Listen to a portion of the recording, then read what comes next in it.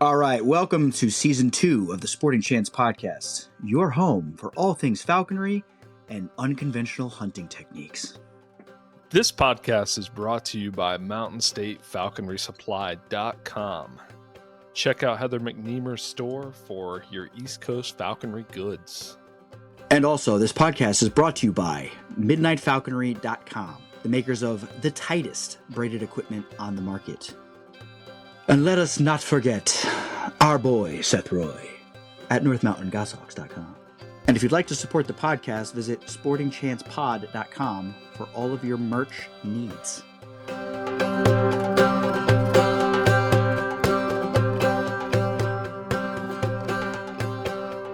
All right, Ben. Thank you for coming on. Welcome to the Sporting Chance Podcast. Thank you so much. Glad to be here. I'm Aaron Kincaid. And I'm Casey Everett.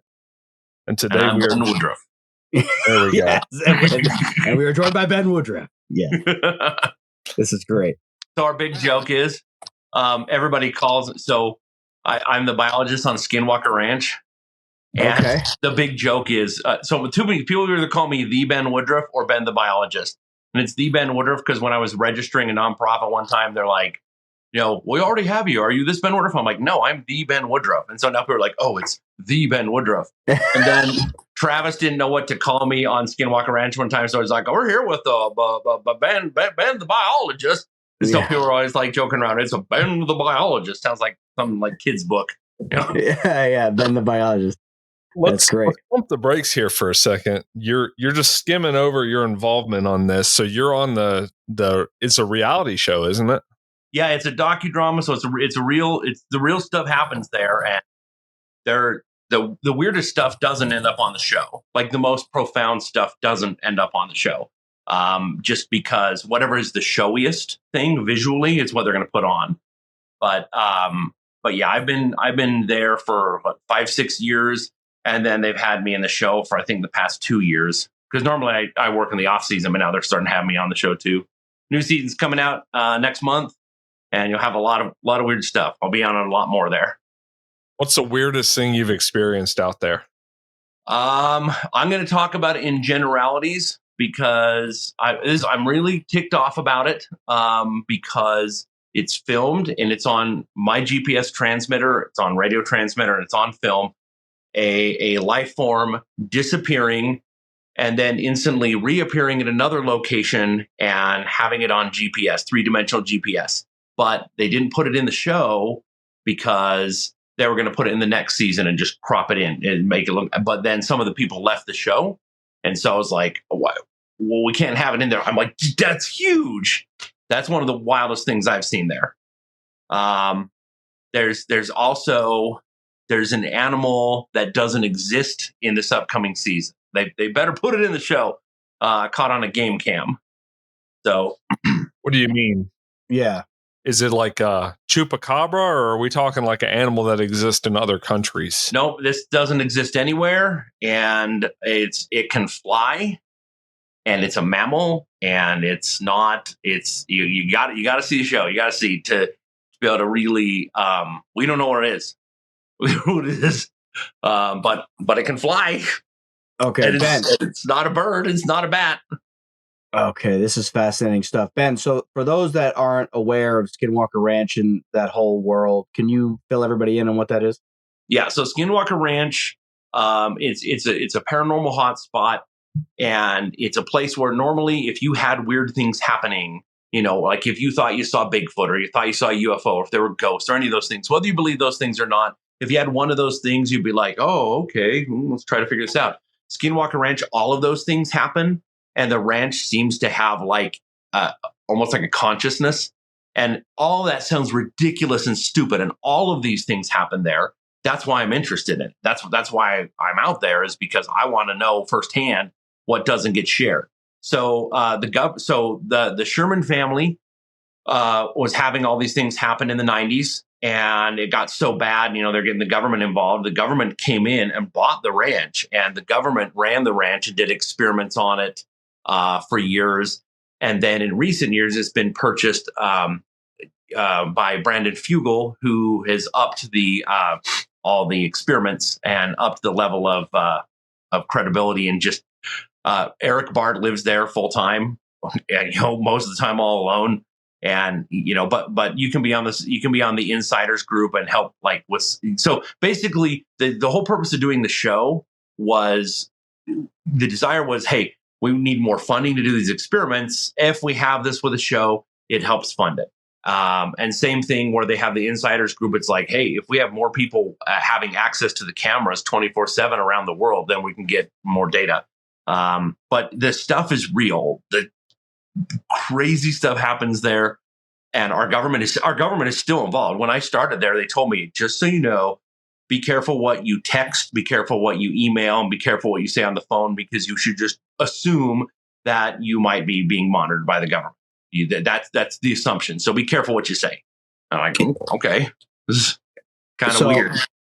So, like, when you say there's something on camera that can fly and it's an animal that doesn't exist anywhere else in the world, like, is it a blurry game cam photo? And it's a game cam photo. It's at night, and so it has a lot of flare back, and you have to go through it frame by frame. It lands on the game camera thing, and then it takes off, and then it comes back, and the last 2 frames you see its face pointing down. So you can see the body, you can see the back end of the body, so you can rule out a bunch of certain species, and then you can see the front of it at the very, very end. And it's a species, it's something that doesn't exist, something that has powered flight, which only bats have that, right? There's no other mammal that has powered flight. It's definitely a mammal. Has these, I probably shouldn't say too much about it, but it's yeah. Because but you have to watch it and see. There's weird stuff too. We're going to have on this upcoming season, we're going to have the DNA results on the supposed direwolf. I can't tell you what it is, but it's not a direwolf, but it's something different that was previously unknown to science. So that's going to be exciting. Sounds like there's some bombshells coming up. Anything, I can say this, this is when I started the ranch, anything smaller than a deer does not disintegrate. It doesn't rot. It doesn't bloat. Flies won't bug it. Ants won't bug it. Nothing will bug it. Nothing will touch it. It just stays there. And it stays soft and pliable. Anything bigger has kind of a different set of rules. But I started seeing this my first time, and I'm like, what's going on here? So we still haven't figured out what the deal is with that. But yeah, if it's like roughly coyote, deer-sized or smaller, the rules of decomposition and taphonomy do not apply. And really, just weird. And this is all like, okay. So listen, like, I'm a little skeptical. Like, I believe some stuff, but like that kind of stuff. Like, I tried to get into the Bigfoot show, Finding Bigfoot, and it was just a bunch of guys running around at night. Yep. Like throwing rocks into the woods and going, oh. So like, but you're like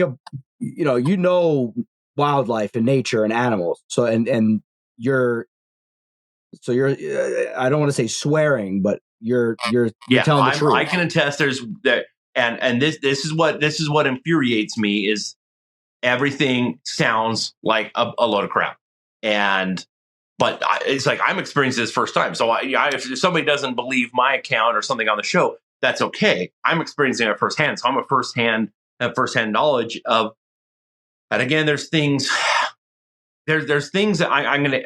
We have to sign NDAs. There's things that I'm trying right now to get permission that if it doesn't end up on the show, hey, can we just share some of these things online? Because there's things that are. I mean, there's literally things disrupting that. Whatever the phenomenon is, and I know this sounds ridiculous, but whatever the phenomenon is, it can. If you come in there with an attitude like, oh, I'm going to prove this wrong, you will get attacked. And if you come in there kind of humble and like, oh, I'd like to find out what it is, it will give you renditions of what you're hoping to find or see. It almost like it's like here, like leading you like little keys over a little kid, like look over here, look over here. And I know that sounds ridiculous. It's the dumbest thing on earth to say that a geographic area has a consciousness or a sense of anything, but it behaves in that way. Interesting. And so, and the UAPs we've seen on the ranch, I mean, they're consistent. And the biological stuff is wild, animals that shouldn't be there. animals behaving in strange ways. Ants.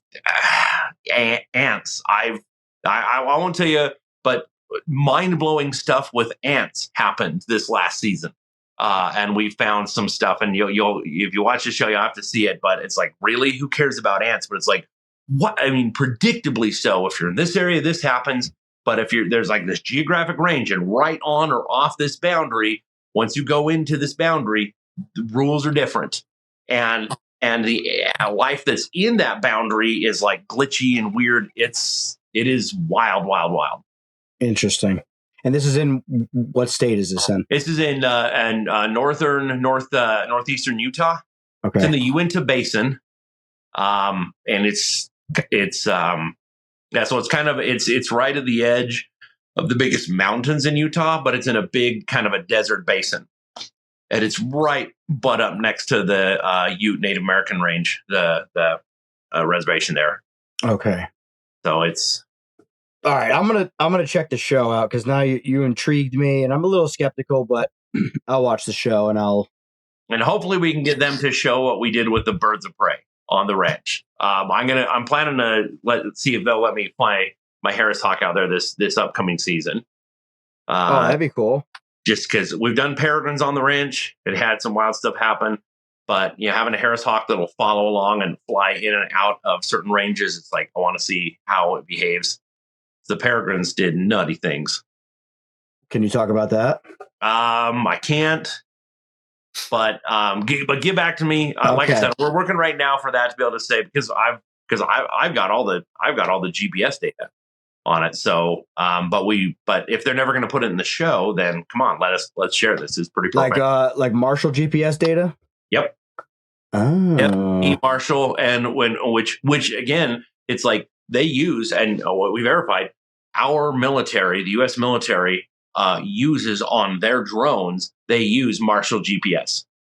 Because if you do like those EMP blasts to knock a drone out of the sky, it'll fry the drone, but it won't fry the Marshall GPS. And the GPS was still doing weird things out there. They were going through the mesa and stuff. It just nutty. All right. I got to check the show. Aaron, you said you've seen the show?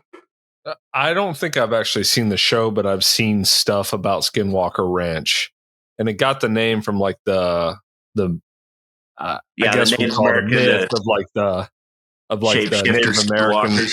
Yeah.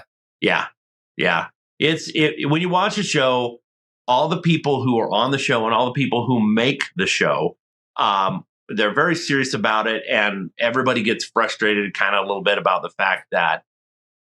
The behind the scenes, the studios were like, we want this. So let's just keep doing repeats and flashbacks so in case this is their first episode, it's like, no, just quit doing it. Just edit it as is. So even though it might seem a little hokey, the stuff is actually 100% real. I can vouch for that.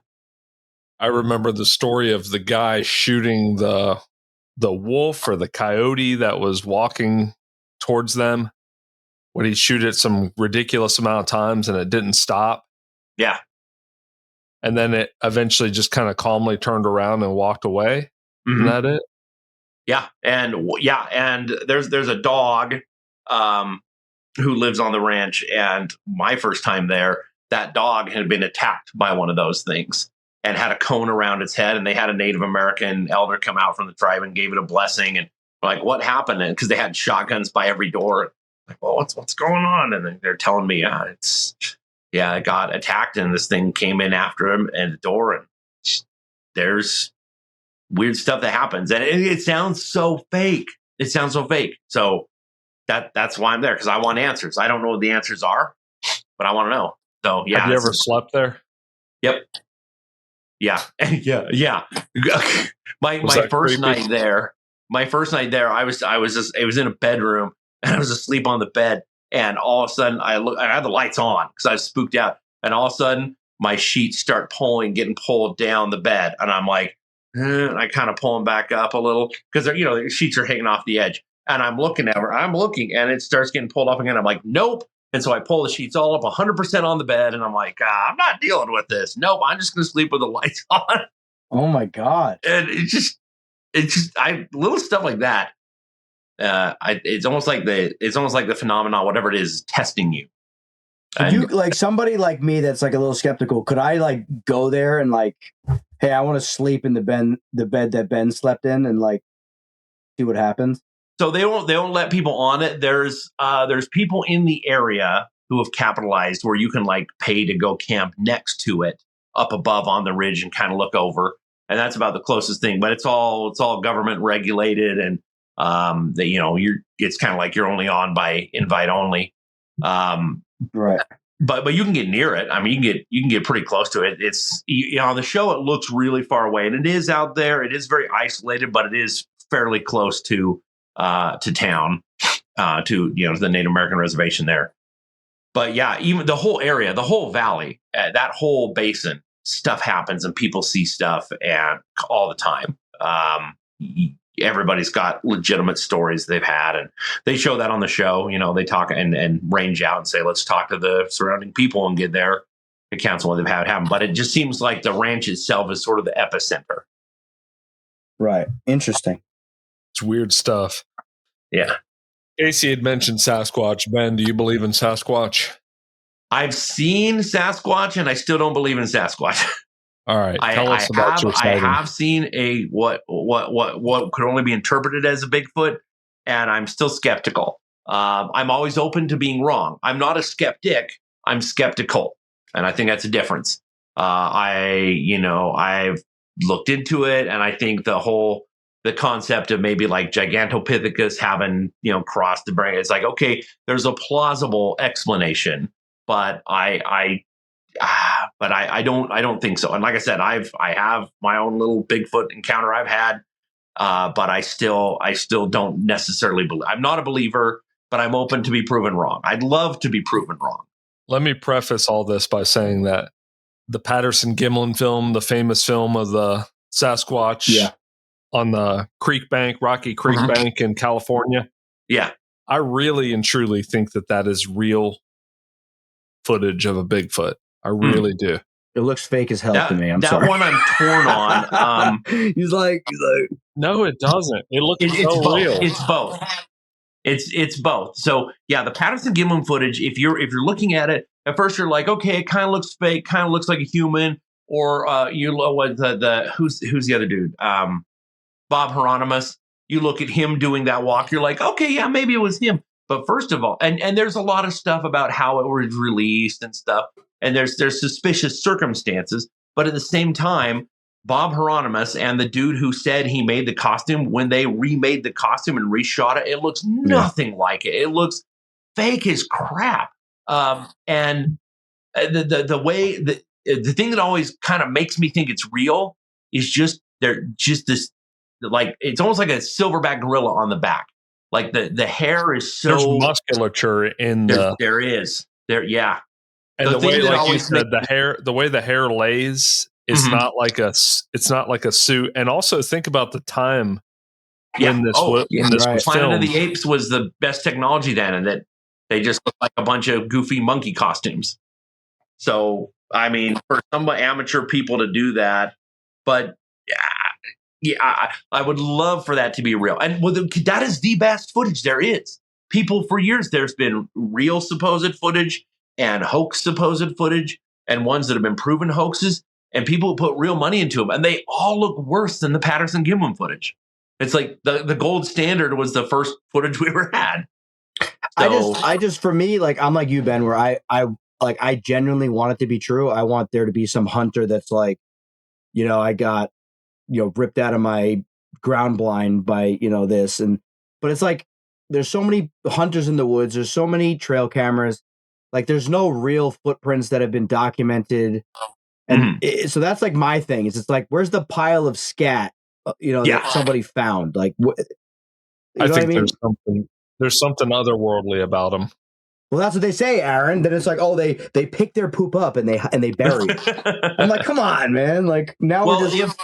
Because of Skinwalker Ranch, I got to be open to the possibility that, well, whatever that phenomenon is, maybe we're seeing something. We're just trying to view it as, oh, it's some animal out there, but maybe the phenomenon is something different. Like, even your mind can be interrupted, and I've had that happen on the ranch, where you can be shown something or see something, be shown a visual that's not actually there. Or like if you were going to have a real UFO, if it wants to be invisible, it doesn't have to be invisible. You just got to disrupt a mind to make it not see it.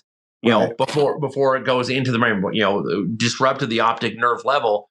So maybe Sasquatch is something that we don't know. And I know that's also a cop out. It's like, it's an interdimensional being, or they're aliens' pets running around. But most of them, most in Bigfoot encounters, humans we are not meant to see. The only thing that's supposed to be bipedal is us.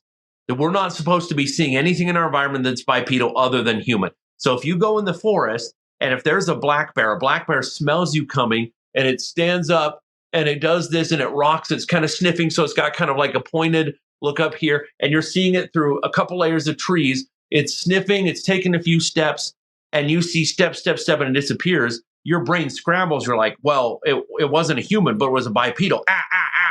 And your brain fills in like, there could be a bigger ape out there. I think most Bigfoot encounters for people who are genuinely sincere are that. I think the bulk of them are bears walking on a few steps on, between trees on hind feet. But there's some encounters that seem very legitimate. And, it's like, okay, I believe you saw this. Yeah, it's funny how we're talking about this, because I was on a job site working, and it's just monotonous. You're in a construction site. There was nobody else there. It was just me running pipe. And I was just on YouTube, after I got done, watching all of Ben's videos. I went on to this random guy who's kind of like a Mr. Ballin, like knockoff kind of, this older gentleman. And he just tells a bunch of stories about Bigfoot sightings, like credible sightings of people telling firsthand stories. And it's like, there's, it's standing in the tree looking at them. She was 10 years old and her dad tied the food up, to keep it away from bears. And she heard a noise, looked out the window of the camper, and there's two Bigfoot creatures standing there talking, like looking at each other, trying to come up with a plan to get the food. And she made a noise and they both looked at her and ran away. Then she found the tracks in the morning. And I'm like, I'm just like, where's like the legitimate evidence, And it's like, I grew up in New Jersey, right? And forever, as soon as me and my brother got into bow hunting, the old timers were like, a mountain lion crossed, this valley, and there's this and that. And the game warden came out, he saw it, but then, they said it really wasn't. But then now it's now they just admitted, yes, okay, mountain lions will come through our area every couple years, one will roll through, and they admit it. But before, they wouldn't admit it. Yeah. So it's kind of like, is that what's going on? They're finding tracks, and like the game wardens will go out there, they're looking at it, investigating, and then they're kind of like, yeah, we don't really want to deal with this. And then they just kind of brush it under the rug. Like that. You know what I mean? I want it to be true too. Well, like if you look at it, there is a plausible reason. If the government was aware that Sasquatch was real, there's a totally legitimate reason to not admit it. Because look what happened with the spotted owls. It's like, we can't damage the forest. It would decimate the forestry industry because the environmentalists would be like, no, this is Bigfoot habitat. You can't do that. So big logging industry would totally have a reason. If it was known that Sasquatch was real, you can bet your boots that the big money in government will be like, no, we're not going to admit this, because then all logging is going to halt, because there's this primitive hominid out there and we can't disrupt its habitat. So that doesn't mean that Bigfoot's real, but it gives a good reason why if it was known. So yeah. I would love. That's why I asked about the Skinwalker Ranch, because like I don't have a lot of free time. Obviously, everyone that listens to the show knows. But like if I could, I'm skeptical. I'd be like, yeah, I'm gonna come out there. I'm gonna, I'll pay whatever. I'll come stay a couple days. I'll sleep over, and at the end of it, I'll make my own decision, like if the place is creepy or not. Yeah, you know what I mean. Like, but it's just I wouldn't want to. Bro, listen, yeah, much of it is about attitude. Honestly, everybody who's come in there with attitude has gotten attacked. But what do you mean attacked? By like the demons or like by the creatures? Like their heart will stop. Some of them, it's like almost like they get almost like electrocuted, like this is, and kind of fall over and faint, pass out. We've had people. Yeah, Casey, you're dead if you show up. I'd have a stroke. I already feel like I'm gonna have a stroke. I'd freaking have a stroke right there. I feel it, bro. I gotta go to the doctor. I feel it right here. I literally just told my wife to bring me Tums. Not good. I'm not the healthiest guy these days. Yeah. But people have been, I passed out. I heard voice. I was in on my first visit, and we were at the far end of the ranch, and I was looking over, and all the other people and the Native American medicine men, they're all over there, and I was like, I heard what sounded like voices. It sounded like Native American voices. I was adopted by the Kikri Cherokee tribe. I speak a little bit of Ute and that's cool. A fair amount of Cherokee. And so I'm like, oh, I recognize this is a, Udo-Aztecan language root base. And I'm just like looking and staring off, and they're all like, Ben. I'm like, what's going on? And they're like, oh, we're worried because somebody passed out right over there the other day. And I'm like, oh no. And I start walking over to him, and then I passed out. Really? That was my first time, but yeah, people get radiation sickness. We have all these. That's not my field of science. I'm into biology, but they have all these meters to test constantly that everybody carries around with them because the radiation will spike, and it's like it'll be dangerous and deadly levels. You get out of there, then you come back an hour later, and it's back down to normal. It's like if those radiations were that level, everything there would be radiated. That's crazy. And would still keep it for, thousands of years, but it'll just come and go, and it'll be transient, and people have gotten radiation sickness, radiation burns. A couple people have even had to have some blood transfusions because of it. So it's, it's stuff happens, but, and what the caretakers there, they've been attacked several times, and Thomas Winterton, he had, they're not supposed to dig on the ranch. Supposedly, that's the old lore. And so Thomas Winters is the caretaker, and he was like, okay, I'm digging this trench. I'm supposed to dig. And he felt like somebody was attacking the back of his head. And then the skin on his skull separated, and his whole skull bulged out, and he almost died. He got hospitalized. Really? And now anytime people come in with attitude and start doing stuff, that starts to swell up in his head again, they get him off the ranch instantly. Wow. Yeah, he almost died. They're the number of people that happens to. Well, it just, you can look it up and see the images, but it just all his skin separated from his brain and started just swelling up and back, filling up with fluid. And the doctors said it looked like somebody was pointing some sort of radioactive device, like a super high powered X-ray at the back of his head, and just doing that.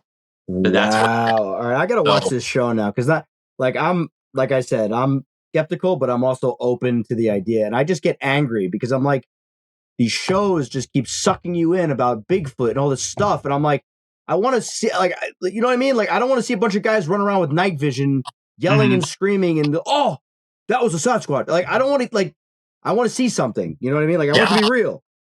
Yeah. But okay, let's switch Aaron, let's switch gears. Whoa, hang on. Okay, go ahead. All right. He had mentioned a Bigfoot encounter experience. Do you feel like comfortable sharing that with us? Yeah. You want to hear it? Yes. Yeah. Okay. So this was up Big Cottonwood Canyon, Utah, which it's wilderness, but it's not like the Pacific Northwest. You go 30 miles in any direction, you're going to hit city. But so I was up there. My grandparents had a cabin, and I went up to the cabin, and I got kind of stuck in the snow. Like, they had plowed up to a point that's on a private road, and I kind of got a little stuck, and I'm like, I got 4-wheel drive. I'm going to go make a fire and have some fun. So I went walking around, and I found some tracks, and they were like big. The snow is pretty wet. And so they were Bigfoot size shaped tracks. You weren't seeing toes or anything. I'm like, that's weird. This is a biped. Maybe it's like a snowshoer or something. But I'm like, that's weird, because this is kind of back on private land.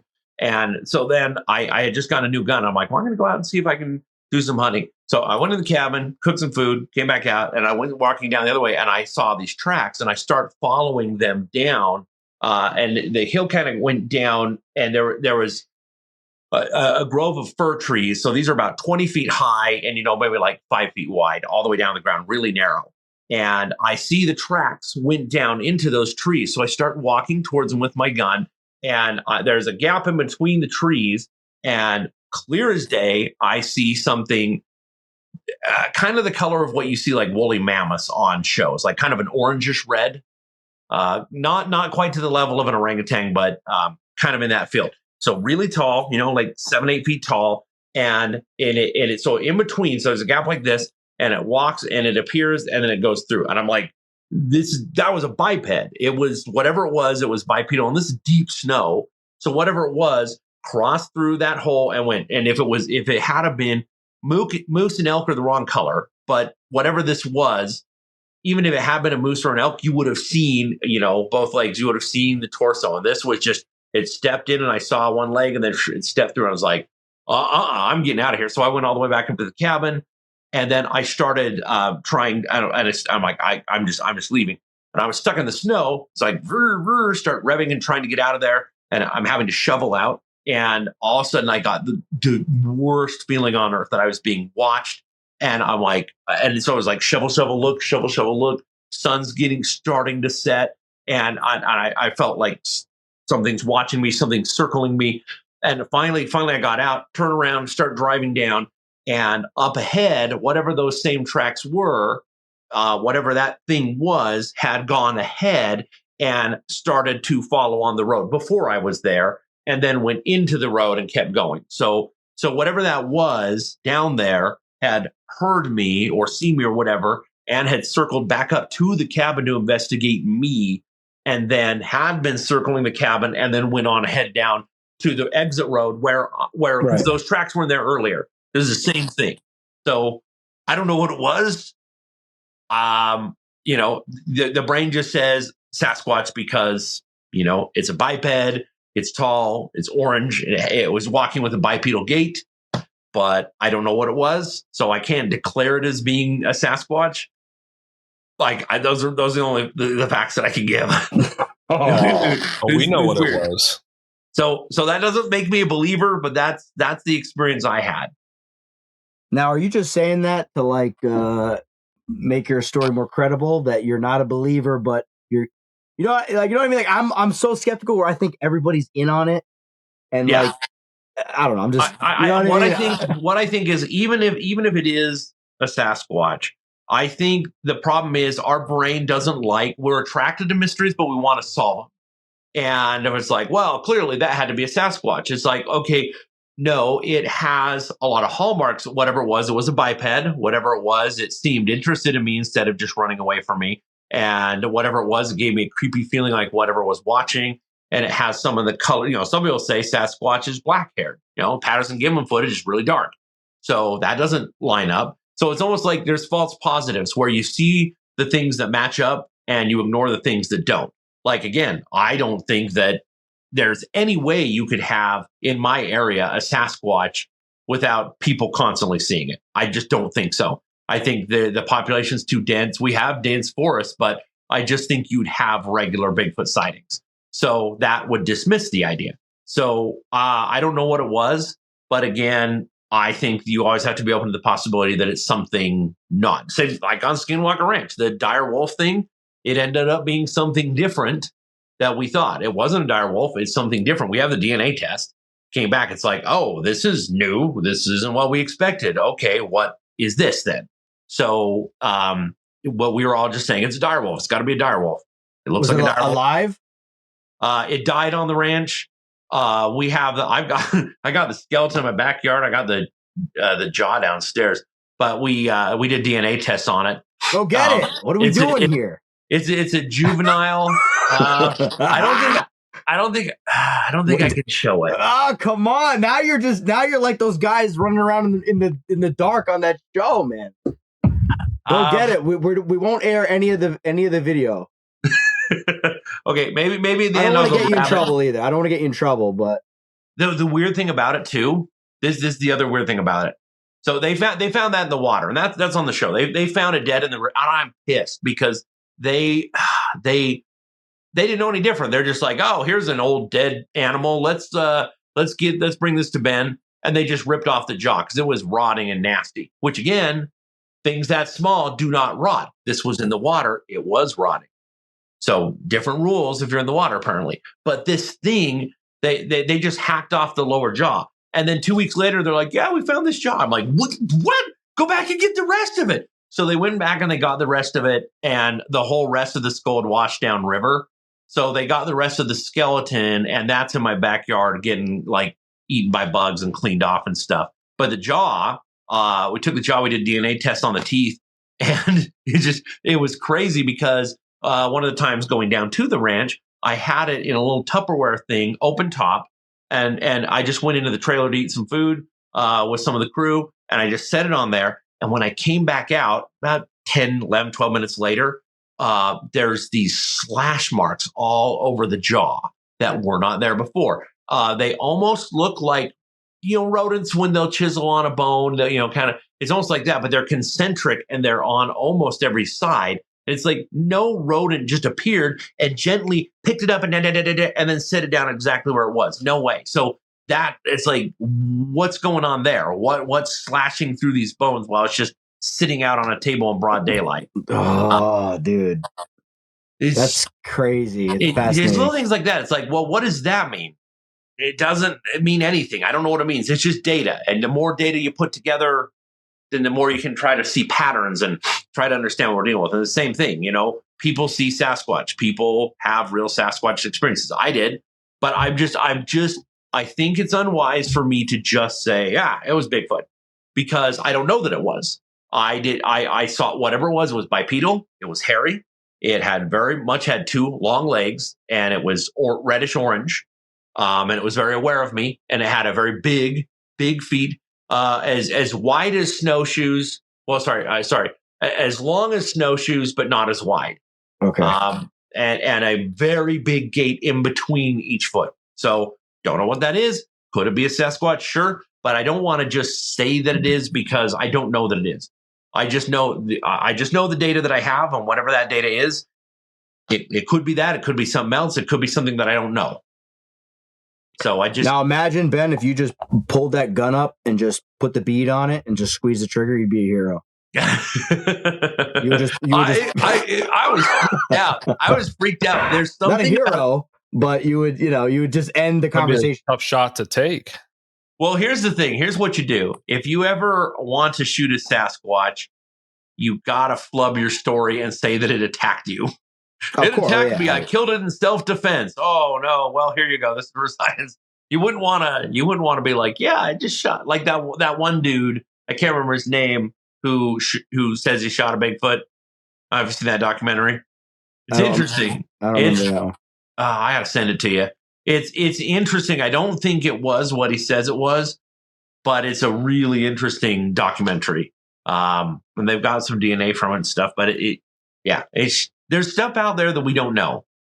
The more Skinwalker Ranch, and also I gotta say, because I last April I had cardiac arrest. I died, came back, and in the hospital I had 8 other out of body experiences. And then coming back from that, I have a very different perspective about reality and how things actually are and how things work, how time works. Like I could just see through things, follow people around the hospital while I'm still stuck in bed. And I followed the doctors down who were having a conference to talk about what to do with me. And I called them out on it later. Like, you couldn't have known that. I'm like, yeah, I followed you down there. Like, you were in your bed. You were all wired up. I'm like, well, I did. So I think about when you guys were babies. When we're born, you can't move. You don't know how to use your body. You don't know what things are. And people have to teach you. We've been taught a version of reality. And that's just what we've been taught. And that's not really what reality is. Whatever reality actually is, we don't know. So whatever seeing a Bigfoot is like, I don't dismiss it. To me, it's not just Bigfoot is real or it's not. Or if it is, it's just some relic hominid or it's not. It's like there's stranger things and we don't understand and we're trying to understand. Yeah, that's very interesting. You said that, Ben. Because a lot of people know that you went through that and everybody was aware of it. Do you want to talk about that at all, or? what it was like? And I really appreciate everybody's support on it. So I was just lifting some boxes, helping, and just my heart just stopped. The doctors have said since, and I'm not pro or anti-vaxxer, but I had taken a couple of the vaccines for COVID, and apparently the doctors have since told me the second Pfizer vaccine did what happened to my heart, that it scarred up the area and made it too thick. So my heart just like was too thick, too strong, and couldn't pump enough. It just stopped, and I just crashed, died. And my girlfriend was, she was doing chest compressions on me, and I saw myself. I was looking down at her, and she knew I was there. She's like, do not come over in front of me. She's doing chest compressions on me, and she knew I was to her side. She's like, don't come over here. No way. Don't come over here. I'm trying to save you. She was that aware of it. And then in the hospital, every time, so when you die, so there's the whole, thing. And most of that I don't still have. I know that whole near death, like head towards the light thing. I think now looking back that the heading towards the light, even though there's something greater or whatever, the heading towards the light is just the disruption of the optic nerve. It's going out and you spiral. The pineal gland sets off. And now maybe that is sending you on. Maybe we're all in a simulation, or maybe you're going to heaven. Whatever it is, the pineal gland releases DMT, and there is no genetic reason to have that happen, right? Anything that's come about, through evolution is to benefit you. It's either to help you survive or help you pass on your DNA. If you're in the process of dying, having a nice experience, a nice exit thing, that doesn't matter. Nature doesn't care. That's not helping you survive, and it's not helping you pass on your DNA. So there's no reason for that chemical route to happen. And I think it's to trigger and set you out to however it actually works. But the other times, the other times in the hospital, where they're all out of order, because every time you're out of your body, there is no time. And it is the weirdest thing. You can go backward and forward in time. There is no time, and there's no linear time. And so every time you come back into it, it's like, wait, which time am I in now? And I know this sounds stupid, but I just was dicking around the world, like flying, like just, and then I would come back at the same time and simultaneously be in the hospital and like following people around and going through rooms. I spent a ton of time in the Swiss Alps, spent a ton of time in Egypt. And I know it sounds dumb. And so I've gone back on Google Earth now to places I've been and gone to the street views and be like, oh yeah, this place is real. Oh yeah, this little coffee market in Egypt really exists. Wow. And it was just, but you could see through things at the same time. You could, it's not like X-ray. It's not like seeing through things. It's almost like fourth dimension, fifth dimension. It's like you're on both sides at the same time. But you're still you. You're 100% still you. And every time, like the takeaway coming back was the best, being attached to linear time is the preferred state to be. And being able to have a body and have linear time is so good that even if you were to be like, hey, guess what? You're coming back in a cancer body, or you're coming back and you're in prison, or you're in tremendous pain, that is still the desired state, that it is that good to experience linear time is that good. And just to be able to have sensation and all the stuff we do, like all our objects, all this crap we collect, it's like, it doesn't matter. It's just like going to Disneyland and buying Mickey Mouse ears. Right. It's like, hey, this is fun. This is okay. It's the same thing what we're doing now. Hey, falconry is a way of life, but it's just a fun way to experience life. It's not what matters. It's just an enriched way to experience it. It's like, I'm going to have more fun. And I'm not a Disney person, but if you were, it's like, I bought my Mickey Mouse ears. I'm having more fun. It's like that. It's like, instead of just going to work and doing your job, hey, do falconry. Like actually live life deeply. Go do some art. Go to a restaurant and eat some weird food you've never eaten before. And even if it sucks, you've like, wow, that was an experience. You gotta experience stuff. Yeah. Have you found yourself living differently since that? I'm more appreciative. I have kind of a fear of death because the hospital experience was so traumatizing. but differently. It's like I'm not worried about death.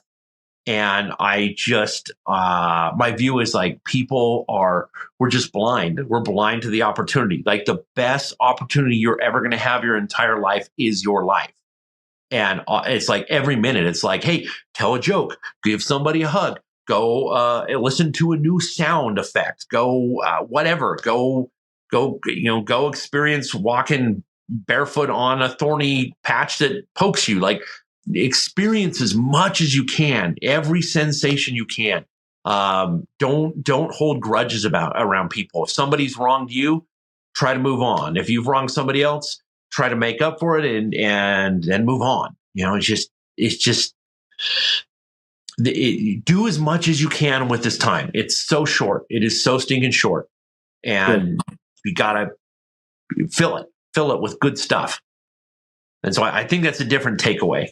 Like when I came back, I'm like, wow, I have you have no idea. Like I'm gonna take this off to show you. Just show you my front room here. See, so now on your podcast, you get to see the rest of this current room. Yeah. So it's like, okay, I got crocodile skulls, cool. reindeer antlers, and like paintings I've done, jaguar hides, and I got a bunch of drums, and that's awesome. There's another painting I did. And I got way more stuff all over, but it's like, it's all stuff. And there's nothing wrong with collecting stuff, but it's just like, the stuff doesn't matter. If you can collect stuff, you can buy stuff, you can make stuff, but if you lose stuff, it doesn't matter. It's okay. It's all good.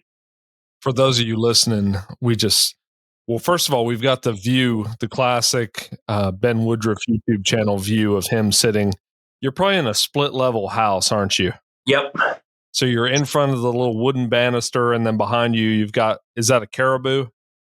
Yep. My ancestors are Sami reindeer herders. So I have caribou and reindeer stuff all over. You got a shoulder mount downstairs, I saw. Yep. Well, actually, it's behind you there, but we saw it the other angle on the way down the stairs earlier when we were working. Yeah. Did you shoot that, or was that? No, those were gifts. Those were gifts. And same thing, the jaguars, I didn't kill them. Those are World War II era. They were political gifts given to a diplomat in America when they were making Argentina. They've been in a family for years, and they were given to me. And if anybody from the government's watching, they have the print on the back showing their Pre-Endangered Species Act. So they're legal. But I got didgeridoos. I make didgeridoos. Oh, that's cool. They can play Native American flutes. All kinds of weird stuff. But again, it's all just stuff. Right. It's cool, but it's just if you lose it all, it doesn't matter. All that matters is the people you love and care about, the friends you make along the way. And that sounds really the friends you make along the way.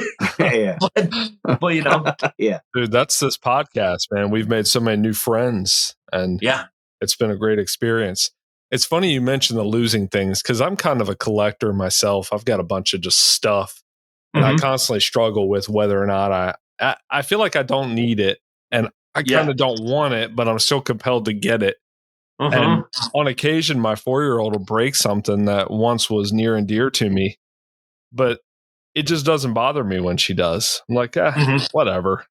Yeah, because it's stuff. You enjoyed it while you had it, and now it's broken. It's okay. Yeah. Past you is still enjoying it in what is present, because again, the past, present, and future are all happening at the same time. They're fluid, but they're all happening at the same time. And past you is still enjoying that stuff. I tell my wife all of the stuff is subject to go. It's like, hey, if we needed to pack up and move, I don't care about any of it. Yeah. And I mean that. That's a right attitude to have. I think I'd be remiss if I didn't mention that. Do you associate what happened to you health-wise with your hanging out at Skinwalker Ranch at all? I've gone through a lot of tests, and they do not think so. Like I said, I passed out there the one time. But other than that, it could be, but they had me before I started there. They had me do a whole physical stuff, and they have since, and they're so good. Every time I'm on, they're constantly, they don't baby me, but they're constantly like, hey, you doing okay? You all right? How are you? They're just always checking in, and they're like, if it's the slightest little difference, we're taking you off the ranch and taking you back into town. So they're good. They're very supportive about that. But I don't think so. I guess it could be. But, again, the doctor said, oh, this is what we're seeing is, men your age who had the Pfizer vaccines. If they've had the second Pfizer vaccine, we see that the top of the heart thickens and gets scar tissue and it has a hard time pumping blood through. And we have tons of guys your age who had the second Pfizer vaccine who have cardiac arrest like that. So, yeah. But it could be. It could be. Like I said, half the people there, the bulk of the people there have been attacked in some way. Some little way or interacted with. Tom and Candace, they're not living there anymore, but Tom has had so many things happen to him out there. So I'm glad they're not there anymore. Tom and Candace are the cool. When you watch the show, they are the best people. The whole crew, they're all really good people. I'm gonna watch the show now. Yeah. The filming of John Carpenter's The Thing, almost everybody who worked on the set has gotten skin cancer. Really? Yeah. Weird. Dude, that's wild. Yeah. Casey, when you're talking about the vaccine, Casey, I don't know if you can see Casey's face, but he's kind of an alt-right vaccine denier. Not a vaccine denier. I just watched my grandma take the shot and 2 weeks later dropped dead of heart disease when she was perfectly healthy. So I just connect the dots and that's it. Yeah. I was back and forth on it. And then Aaron's trying to stir the pot, Ben. So don't let him. See, I wasn't because I'm like, anything. I'm like, the first of anything. It's like, let's see where this goes. Yeah. That's always my attitude with technology. Same thing. But my mom has like an autoimmune disease. And anytime visiting, she's like, oh, could you guys please do? And she's like begging and crying. And I'm like, okay, all right. And so I didn't want to do it. I was not, but then I did. And then it's like, then I started having weird heart palpitations and weird heart races. And then heart stopped. So, yeah. I don't think if you're a healthy, healthy, strong person, I don't really, there's no reason to take it, but I'm not a medical professional. That was my opinion with my wife. I'm like, I'm a healthy guy. I'm active, I'm not going to take it, hopefully nothing bad happens. And that was it, that was it. But, people are going to fry us, for that. Aaron took it. So, Well, and again, it's like, people got so ugly with that whole thing. And it's like, at the end of the day, we're all doing the best we can. And it's like, okay, it's good to have a skeptical mindset. And at the same time, medical stuff is great and has helped us in so many ways. But also there's been huge, terrible things that have happened because of medical. So it's like, I have no problem with somebody being like, no, we should vaccine, or like, I'm skeptical. And it's like, okay, these are both valid positions to discuss. Yeah. But it's just like, I would never write off anybody for either. If somebody's like, no, I want to do a vaccine, or no, I don't, I'm like, okay, I respect either perspective. Ben, I'm the exact same way. My dad was like, I'm taking it. I'm like, all right, you're like 80 years old. You had a rough life. Just take it, But like for me, I'm healthy, and and then there's guys like Aaron. Aaron, every time they come out with a new one, he's got like he's on like a text list where they send him the new one. And he gets online, like when the new iPhone comes out, and he's at CVS pharmacy, like down the block, like camping out, waiting to get it. Then you have that. Actually, it was crazy this morning. I was taking a shower and I felt something on my back. I was like, "Oh God, there's a COVID syringe." Yeah. Dude, just shooting up COVID shots every chance he gets. No, but all right, I think we had a great, fun discussion. But I mean, I have a great segue, and I think talking about otherworldly stuff, animals that shouldn't be where they should be. We love goshawks on this show. Ben loves goshawks. He's flown a bunch of them. What are your thoughts on albinos goshawks being in the United States on and off? What's your opinion on that? Are you aware of any of that? Are you up to date? You mean in the wild? In the wild, yeah, coming here naturally. Oh, I did not know that. I actually haven't heard that. We're teaching Ben stuff on our show. This is incredible. Well, no, because if you look at, dude, I went on Google Earth, and if you look at Kamchatka, it's right there. Nothing. It's nothing. It's right there. Alaska's right there. Mm-hmm. So like all these albinos goshawks that we're all paying this big money for, they literally come from the Kamchatka region of Russia. That's like right across that body of water into Alaska. It's right there. Just right across the Bering Strait there. Correct. So no, I just thought it was that makes sense. Yeah, that makes sense. But I guess you don't have a lot of people. It's like you got to think of most people out there in that range. If you were in Alaska in that range and you saw one, you're not a birder, you're not a falconer. You'd probably be like, oh, hey, just saw a big old white hawk. They wouldn't register as anything unique. Right. Yeah, exactly. We did actually, I am friends with a gentleman that did charter a pilot because off of the word of a biologist in Alaska that witnessed from the plane white pears in the tundra on, the small, 200-year-old trees that are like 9 feet tall. Yeah. And they're in nests and they're white. Huh. So a gentleman that we're friends with that he's giving me a hard time about coming on the show. He's got, he's well off. So he hired a pilot to fly him around for a couple days up there. And it's not cheap to try to spot nests from the plane. Yeah. And he did spot a few and they hiked in. And then he said he literally just like took like 3 steps up the pine and looked in and it was still eggs. Huh. And then he's like, crap. So then he hikes back and then gets back to the gravel bar. The plane comes back, picks him up, and then he goes back into Anchorage and pulled a bird from, all the many nests in the Anchorage area. And he pulled a beautiful female from Anchorage and went home. But he's like, they're there. I know they're there. He's like, they're Bigfoot. It's there. I know that's cool. Yeah. That's exciting. It makes sense. I mean, it really does. That's not a big barrier at all. No, it's not. And then Steve Lehman has talked about, he did a lot of hunting on the San Juan Islands, which is there. And there's like these finches, he was telling me, that are Russian finches.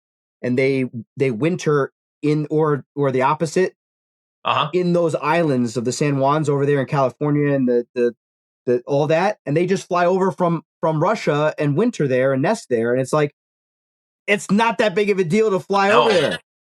Well, I mean, in Utah, they banned it. There's been rough legs in Russia because heading south for the winter, it's like going up over the Himalayas is not easy. So it's easier for them to go south by going heading towards America and then coming down. So we get rough legs. We get them from Canada and Alaska, but we get rough-legged hawks from Russia. Wow. From so that have been banded there. So I mean, that's even further. So that makes sense to have white goshawks just coming over. That's cool. Yeah, I'm waiting for the day for somebody to get some real good observation or footage or photos or something. But yeah, that's great. Ben, what do you think, Aaron? We just start with the basics. Well, I'm curious how Ben got into falconry. Me too. Talk about that. So I always loved animals. Loved birds of prey as a very little kid. A falconer came to my school when I was in 2nd grade, and I wrote a letter to Santa Claus saying, I want a falcon for Christmas. And Santa said, maybe when you're older, and a little letter. And I was like, oh, okay. Then I got into airplanes, 3rd grade, and then 4th grade, I was just in airplanes. I was not into birds of prey, and my mom got me the book My Side of the Mountain, and it was the original cover with that terrible, drawing. It's just boring. I'm like, it's just some kid with a bird on his shoulder. But I felt guilty because I love my mom. So I read the book and I couldn't put it down. I'm like, oh, gee, it's like, I want to do this. I want to do this. And so by this point, I didn't know of there was no internet. I didn't know there were any other falconers in Utah. And so I went to the library, and the books I got were all the old timer books like, hey, you don't need a license. So just find or a Cooper's hawk or a red tail or killing a farmer's chickens and go trap it. So I went out and I got kestrels illegally and was training them. I didn't know I was breaking the law. And so I was doing that for a few years. And then somebody told me, it was like, no, you have to have a license. You have to call the Division of Wildlife. Oh, so I called them up, told them, and turned myself in. And they came out and they're like, oh, well, your bird, you know what you're doing. So here, we're going to have you take the falconry test. And if you pass, we'll let you kind of get a license. Is kind of along those lines. So, which didn't count towards my apprenticeship, the years I had already put in. But that's kind of how I originally got into it. Wow. This is wild time. This is different times, pre-internet. It's just different. But it's like I have ADHD, and it's like it's a dream come true. There's so much you can learn, making hoods and making equipment, and developing new kinds of perches and all the different birds you can learn, and learning their habitat, going out and finding their nests, or learning how to trap. That's why I wrote the trapping book, is because nobody would teach you how to trap in the old days. And if you asked for help, there was still a residual, where people were very cautious because of Operation Falcon that had happened. Yep. And so you couldn't go to somebody and say, hey, how do you trap birds? Or where do you go trapping? It's like, are you a secret agent? And so I just had to blunder my way through. And that's why I wrote the trapping book, was because I thought, well, somebody should have the basics out there just to do it. But yeah, and I'm like, so I got into falconry, but also wildlife education. And I started my own nonprofit. It's not running anymore, but I did it for years. And they're like, okay, you can't have an eagle on an education permit unless you're a nonprofit or a zoo. I'm like, okay, I'm going to go out and form a nonprofit then. Yeah. to be able to get that. And they fought me tooth and claw forever. But then eventually, and I think technically I was the first, under the new laws, when they were just switching the laws, I was the first person, I believe, to get a golden eagle transferred directly from a rehabber. Like, there were situations there in the past where there were rehabbers that they're like, oh, I'm going to kind of use it for falconry, I'm friends with the government. But once they changed the new laws, and I'm like, okay, so you can train anything if you have a permit for it and it comes from a rehabber, you can do it, right? Anything on the Migratory Bird Treaty Act or the Bald and Golden Eagle Protection Act? Yes. Okay, so I took the plunge and I transferred a golden eagle directly from a rehabber. I had already had a falconry eagle at the time and an education eagle, but I'm like, I want to test the law. And then after I did that, they're like, and that's when they started doing this whole raffle thing now, where you have to apply and get a raffle drawing and be drawn out, which is, it's bullcrap, because they let the wind industry kill an unlimited number of eagles. And it's like, so if you're making ranchers do this whole raffle thing, then the ranchers, if their area doesn't get drawn and the falconer's not going to, they're just going to kill the eagle. Right. So why not let just falconers get the eagle? Yeah. Aaron's big on that. He wants an eagle bad. Right, Aaron? So let me preface this by saying, if you live on the East Coast and you don't have, if you get an eagle, I think you ought to live somewhere that has jackrabbits, personally. Yeah. What about geese? Geese and golf courses. I've done it. Yeah, but I mean, I was doing it at golf courses, but it's still fun. Could you imagine your eagle getting bird AIDS and dying because you were hunting freaking geese at a golf course in New Jersey? Oh, yeah, that would suck. Now you need to have jackrabbits, and that's the type of terrain that you need to fly an eagle. So, having said that, I would love to have an eagle, and if I was lucky enough to get an eagle, I would move. If you get one and you get a choice, unless if you just want the experience, you're like, hey, cool. Otherwise, get a male. Like if you're just like, I want the big wow experience of a big old huge female, go for it. But otherwise, if you're like, hey, I just want to hunt and have a great hunting experience, get a male. They're so versatile and they're so much faster and more agile. They're smarter, and a lot of the times the females just live off of the males. They'll just follow them around, even in the off season. They're like, you killed something cool, I'm eating it now. Go find yourself something. So the males are just incredible hunters. I've heard that before from eagle law stringers, but the laws surrounding golden eagles in this country are completely bogus. So people should be able to breed them. There's no reason why falconers with propagation licenses should not be able to breed eagles. That's complete nonsense. Yep. There's only one facility that can breed them in America, and it's the Comanches in Oklahoma. Yeah.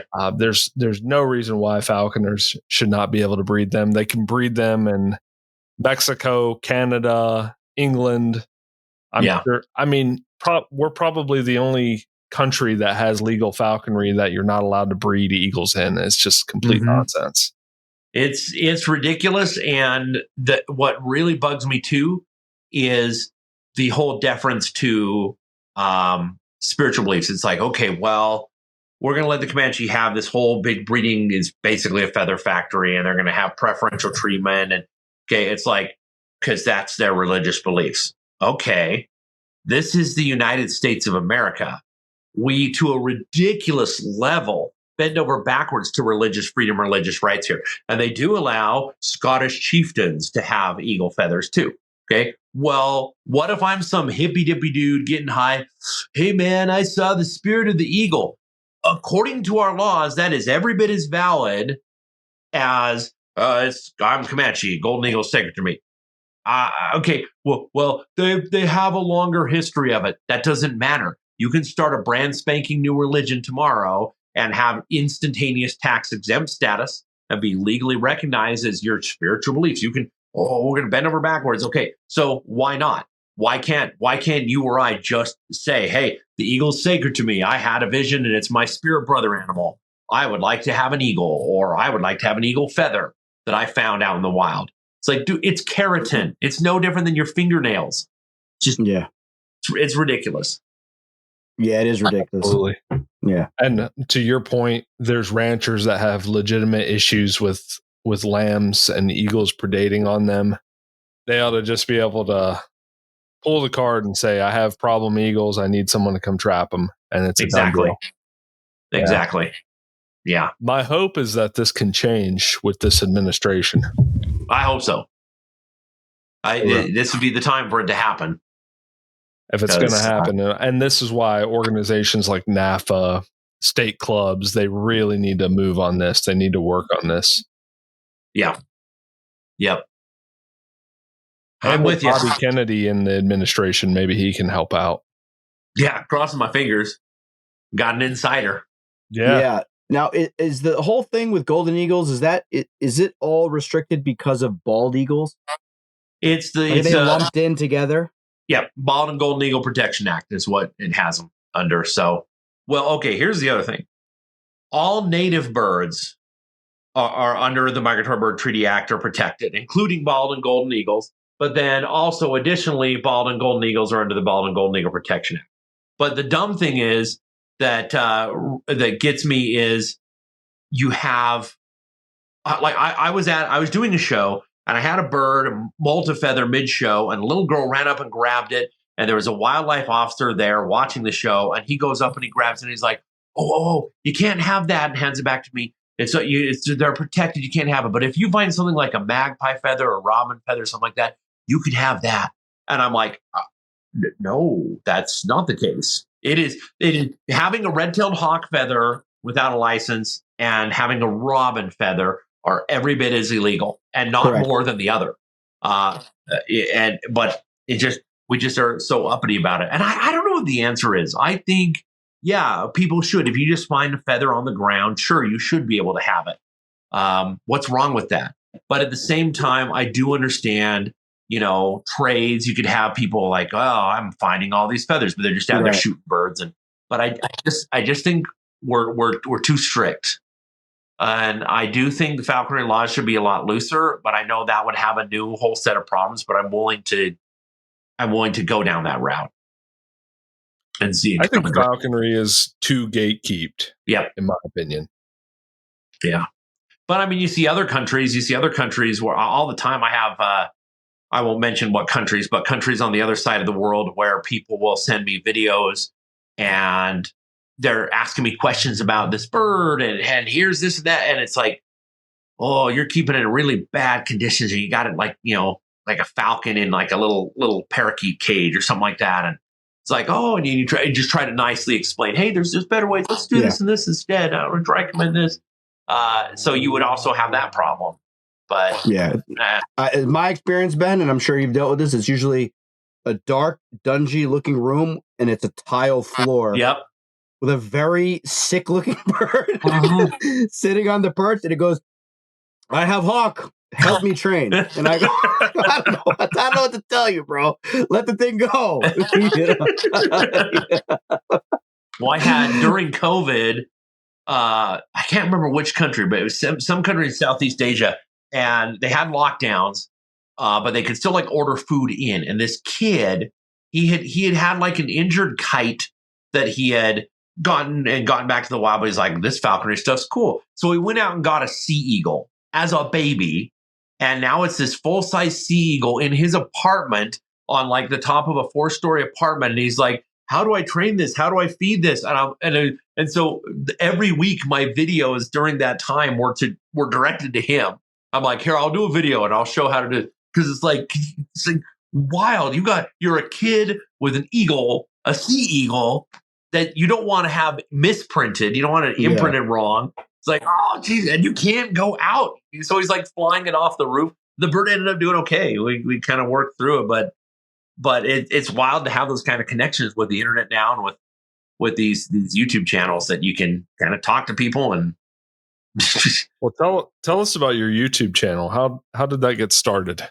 So I hate ever like tooting my own horn.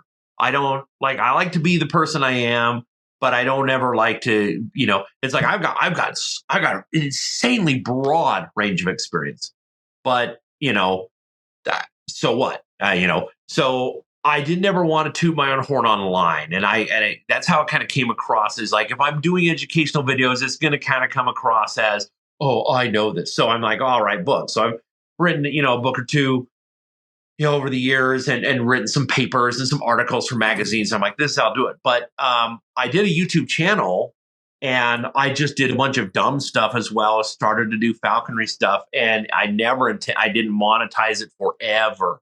I didn't do hashtags or anything. I didn't even know about that stuff. And it just really slowly build. And then it started to make all these connections. And it's like, wait, I'm actually enjoying this. And it hit me. It's like, I had all these books planned to write. I was going to write a book on sharp-shinned hawks. I was going to write a book on merlins and had a bunch of specific. I still want to write a book on channeling aggression and how to deal with aggression. But it's like, I can reach way more people and actually help by doing YouTube videos, because it's free. You can just pull it up. You can fast forward it. You can play it at a higher speed. You can stop it. And it's just, and I can throw in pictures at the same time. Or if it's a book, it's like you're having to pay a publisher or the publisher's having to eat up all these fees and having to get the word out and ship and stuff. And it's like, well, I love actual tangible physical media, but I grew into this. I didn't set out to do this, but I grew into it, and now I love it. Now I'm backlogged. I got so many videos that people are kind of like, you're putting them out too often, kind of reduce the number. So I've got scheduled out videos. But it's hard too, because when I was working, I was the director of animal life at Evermore Park. And during that time, I had pneumonia for a year, really bad, and I could hardly move. And then finally, I got hospitalized and almost died. And they told me if I had come in 10 minutes later, I would have been dead. This was like a year before this death thing. So I had that whole year, and then the recovery, and then I had this thing. And so, I haven't been as physical as I want to be. I'm still getting out. I'm still flying and still doing stuff. But the YouTube channel is a way for me to, I feel like I'm still doing something, like I'm helping, like I'm teaching, like I'm sharing. And if people disagree, that's fine. And if people don't like my content, that's fine. I'll share something that is kind of close to my heart to say, that's hard for me to talk about. So I have a son, and he is nonverbal autism, nonstop seizures.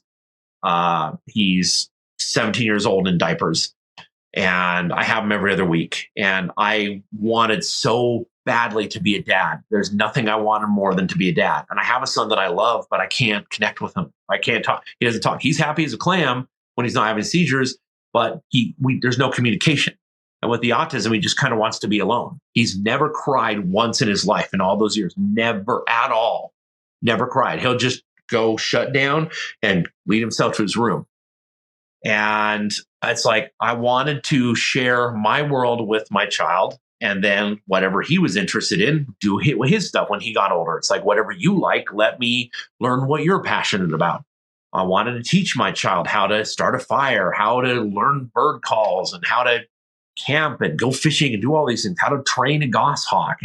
And since I didn't get that chance, that's really part of my reason why I'm trying not to be too emotional about it. But I hope that's okay to share on here. But it's like I would like to share with other people because I didn't get that chance with my own child, and that's all I ever wanted. And so it's like, maybe that's kind of, I don't know. I don't think that's bad. I think that comes from a pure place, but no, man, that's like, great.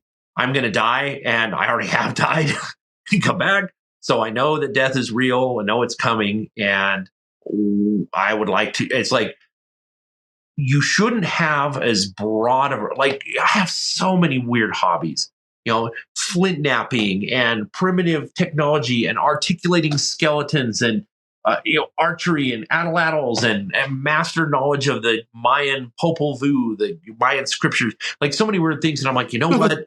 If I put these online, somebody somewhere after I'm dead is going to be like, oh, hey, I'm glad I found this video. This helped give me information I need. And since I'm not sharing that with my son, then that's kind of my thinking, is putting it out there for the world. And even after I'm dying, as long as the internet's still up and running, hopefully people will have access to the stuff. That's great, Ben. That's good. And I personally love your videos. I love watching them. I love like especially like your, Goshawk versus Harris Hawk videos and stuff. And like, but like you watch it and like, I'm a Goshawk guy. So I'm sitting there like cocked with my finger on getting ready to type. And I'm like, but the way you phrase everything, you just say it how it is. You're not like polarizing. It's just like, it is what it is. You're not like skewed one way or the other. You're just, it's great info. And I enjoy it. I really do. And I've been doing this for 20 years and I love it. Well, I never script my stuff. I never script it. If I have to know, especially it's almost impossible for me to read now. Like I literally have to stretch my eyes and really concentrate. And if I do those apps where the first letter of every word is red, then I can read just fine. But otherwise, post the strokes, it's very hard for me to read. And so if I'm doing a video and I need dates or I need like taxonomic information or something, scientific, I'll put those on the side. But other than that, I don't script. I just keep going and going and yakking and just kind of share it. So I think some people drive them crazy and some people like it, but it's coming from a sincere place. Yeah. Ben, there's a young lady here in my state that is starting her apprenticeship this year. Mm-hmm. She's been coming around for a few years and she's a huge fan of your channel. And she's a teenage girl. She's probably 16, I think. She's probably 16 now. Talks about your channel, talks about, shares your opinion about falconry. So what you're doing is resonating with people, and at least with one young person. So, well, that makes me very happy. That makes me very happy because I just want to share. Everybody's got their own thing, but falconry brings people together. It doesn't matter your religion. It doesn't matter your race. It doesn't matter your nationality. It doesn't matter your upbringing. It doesn't matter your gender. Whoever you are, it's like falconry. I've had so many instances where I'll meet people, and it's like, hey, are you a falconer? Yeah, why? I am too. Oh. And you start talking instantly. It transcends everything. And I love that. But we need that in the world. Passion. Dude, they're literally flying dinosaurs. We're literally training flying dinosaurs to go fly and catch stuff for us. It just is. It's a miracle. Yeah. But you look at the old art. You look at the old Asian falconry art or the old medieval art, and you look at what people are doing, their posture or their excitement, or the Chinese goshawker crawling up to his goshawk, mantling over, and he's like, "Please don't attack my face." It's like, I get it. Even throughout time. So that makes me happy. And shout out to her. Thank you for the support and for watching. And because I think it's good. People need to connect with nature. We're so disconnected from it, and this is a beautiful way to experience it. I was a bunny hugger. I was a bunny hugger. I even tried as a little kid being a vegetarian, and I'm like, oh, wait a minute, plants are alive too, and the plants cannot scream, so they can't express. It's like, oh, I won't eat anything that has a face. Oh, so you're okay with killing things that don't have a face. What you're saying is if you cannot recognize their pain. So I'm like, oh, I can't. What do I do? I read Albert Schweitzer's work. where he talked about having a reverence for life. And it's like, yeah, we can hunt, we can harvest plants, but we should have reverence for it. And then I got into falconry, and it's like, oh yeah, you can root for the falcon, and you can also root for the prey. If the prey gets away, you don't do that when you're gun hunting. If you miss your shot, you're like, oh shoot, come back. But if you have a great chase and you get your bird back, hey, hats off to the prey. Yeah. It's cool. Not if you're Casey. No, then you freak out and just like smash your head through like a chain link fence and just scream at the sky and then start blaming everybody in the field. No. Yeah. Especially if you listen, if you're making a new bird, all of the reverence stuff goes out the window. You're trying to, I don't give a crap. I'm trying to get feet on that quarry, and I don't care how we do it. We're trying to have success because that bird needs it. It's not about me. It's about that bird. And I become more angry with the miss than the bird does because I need that bird to succeed. Yeah, she needs to know when I connect with quarry, that means I eat. That's what we. That's the whole point. Yeah. Yeah. No, it truly is. But it's still a miracle.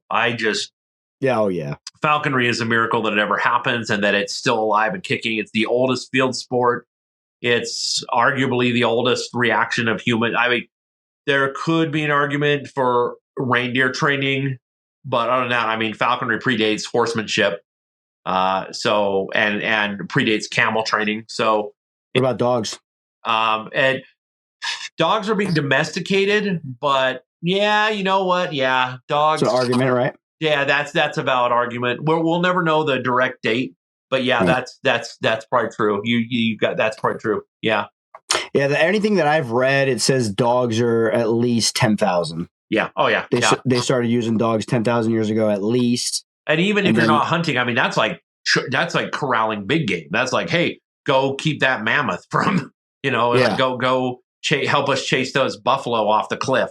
And so it says, so that, I mean, every dog came from wolf, all of them. We just selectively bred them. And that's, so that I never thought about that, but that's right. Yeah, that would have to be accurate. There are, I have to go through my notes. I know I did a video on it somewhere. There are, in Alaska, there was an archaeological site dug up that had a bunch of gyrfalcons that some Inuits had, an old Inuit site, and it dated back 10,000 years. Wow. And that's the oldest back that we have but we don't know if they were hunting with them. But if you're keeping them fat and healthy and alive in an environment where it's that cold, you have to, you can't spare food. It's like, well, that kind of would suggest that maybe they were hunting with them. Ben, I have a question because it's something that I ponder a lot, and I lost a dog this year to a black bear, so I started thinking and being in my thoughts and my emotions, and I started to think about it, like falconry must have come from. Aaron's just walking away because he's already no, he's getting another blanket. No, I started thinking about it. Falconry had to come about because this is your thing. You're into this, you're into this stuff. So that's why I'm really happy you're here. I think that falconry didn't come about as a necessity for sustenance. It had to come about from a position of wealth with excess resources. It had to have. Don't you think? Or what are your thoughts on that? I think it depends on where you live. Because the fact that you can ditch your bird if you like, because some like in Europe, I 100% think comes from a place of wealth. It's like, okay, this is an addition. I can hunt with this bird, but I can also provide. And you got to think too, what you feed those birds. I think in Hungary, Robert Bagley of Marshall Radio, he showed me. He went there and the guys trap migrating sparrowhawks. And they feed them hard-boiled eggs. That's all they feed them. Like they'll let them catch something, they let it eat off of it. They just hunt quail, but they're feeding them hard-boiled eggs. And it's like, okay, well, that's good to know for a survival situation. If push came to shove, you could feed a bird a hard-boiled egg. But yeah, they're taking our food. But over easy. But I think in the Middle East, I would think it would be more. To me, that makes sense for hunting, for sustenance. Because in the Middle East, it's like, okay, there's migrating sacred falcons. Oh, I'm going to trap one. We are Bedouins, so we are moving along. We are hunting. We have our goat herds. We have our camels. Oh, but there's all these migrating Habara bustards, and there's migrating sacred falcons. Oh, I'm going to catch one of those. And as we go along, we'll hunt, and that's supplementing our food source so we don't have to kill goats as long. So I think the Middle East gives an argument of more for sustenance, where I think Europe is more, like you said, from a place of wealth. Southeast Asia, that's wild. Some of the stuff they're doing, it just seems like a person just like, I'm going to get a hawk and I'm going to use it to catch sparrows for a month. And then it gets away or dies, or I set it free and I eat those sparrows in the meantime. And it's just almost like a weird little thing, kind of like gathering mushrooms. Like if mushrooms is where I live, our mushroom harvest is limited. And it's like, oh, we're going to go out. It's kind of a novelty.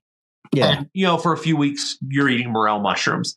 And that's what a lot of Southeast Asia is like, where, I kind of happened, sparrowhawk hit my window. Oh, I'm going to nurse it back to health. I'm going to go hunt with it for a month. And then, it's gone.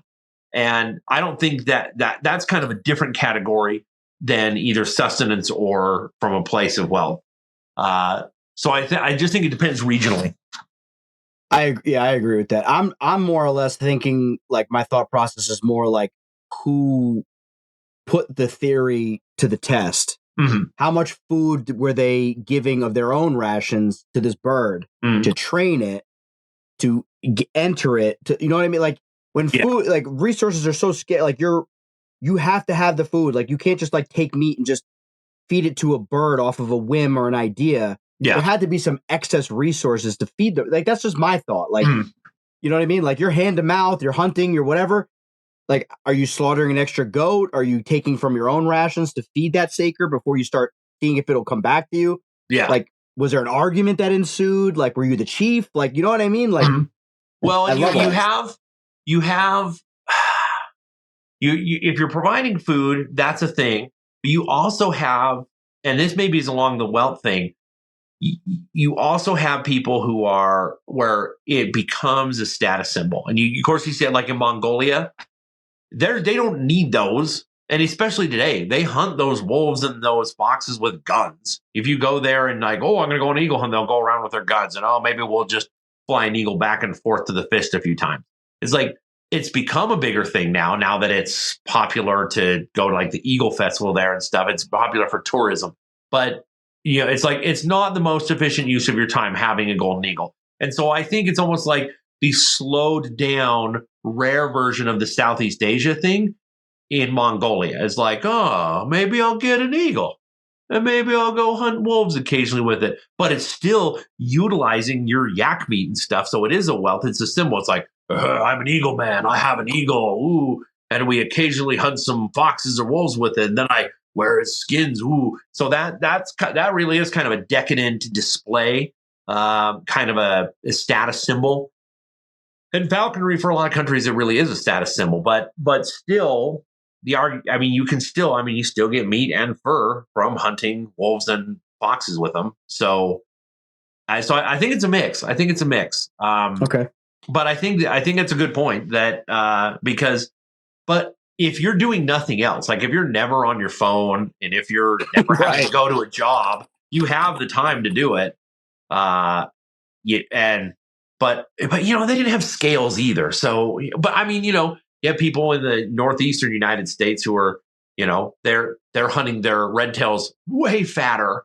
It's like here we're like, okay, to the gram. And it's like, no, dude, it's a bajillion degrees below zero. We're fattening our bird up. The bird's trained. It wants food. It's following along. We're hunting. It's like, what? That's weird. Yeah. It's just different. Yeah. Different circumstances. Now, I'm not as well versed on this, and I'm assuming you are.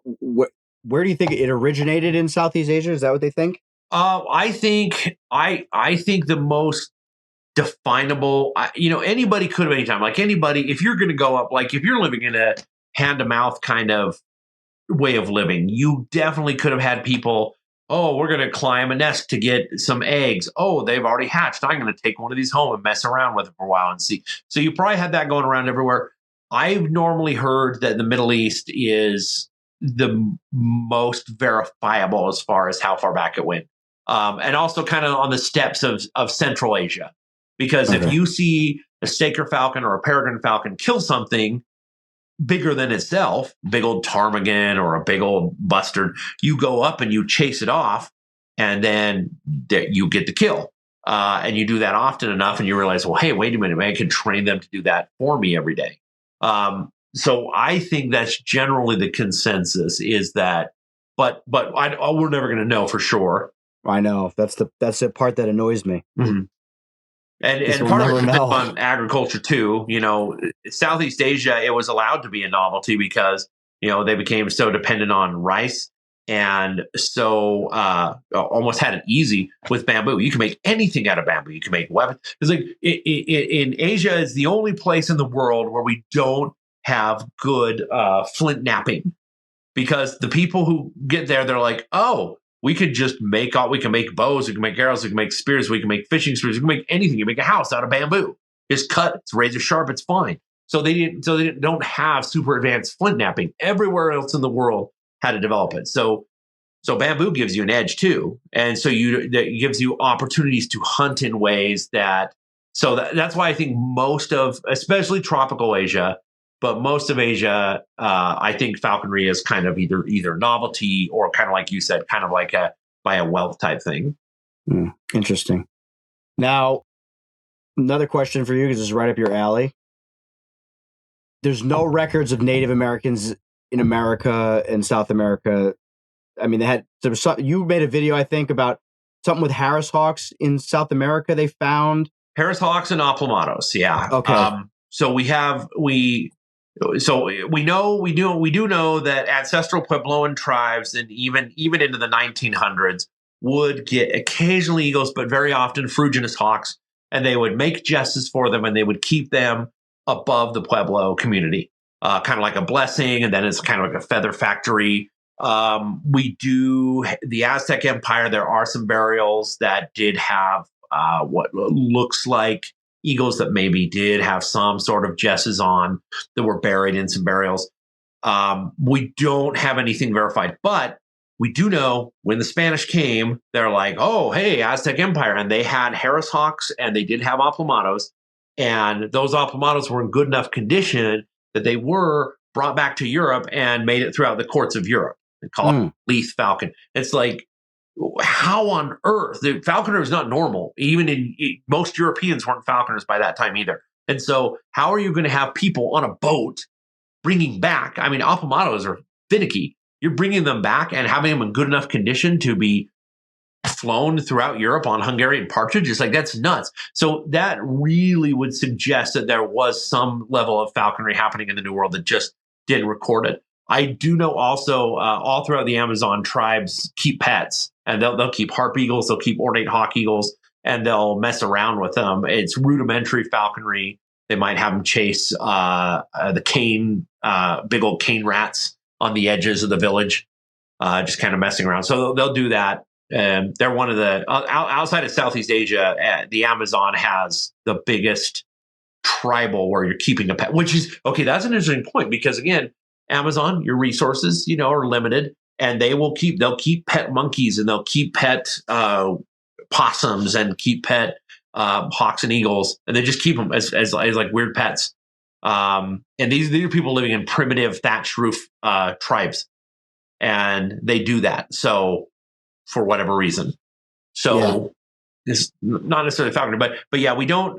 You definitely could have had New World falconry, but there's no hard legacy of it, or oral tradition either. Mm-hmm. Yeah, no real. What were they calling the aplamato? A leith. A leith. A leith. Yep. Yeah. Jim Nelson, the hood maker, wrote the book on making hoods, the big thick thing.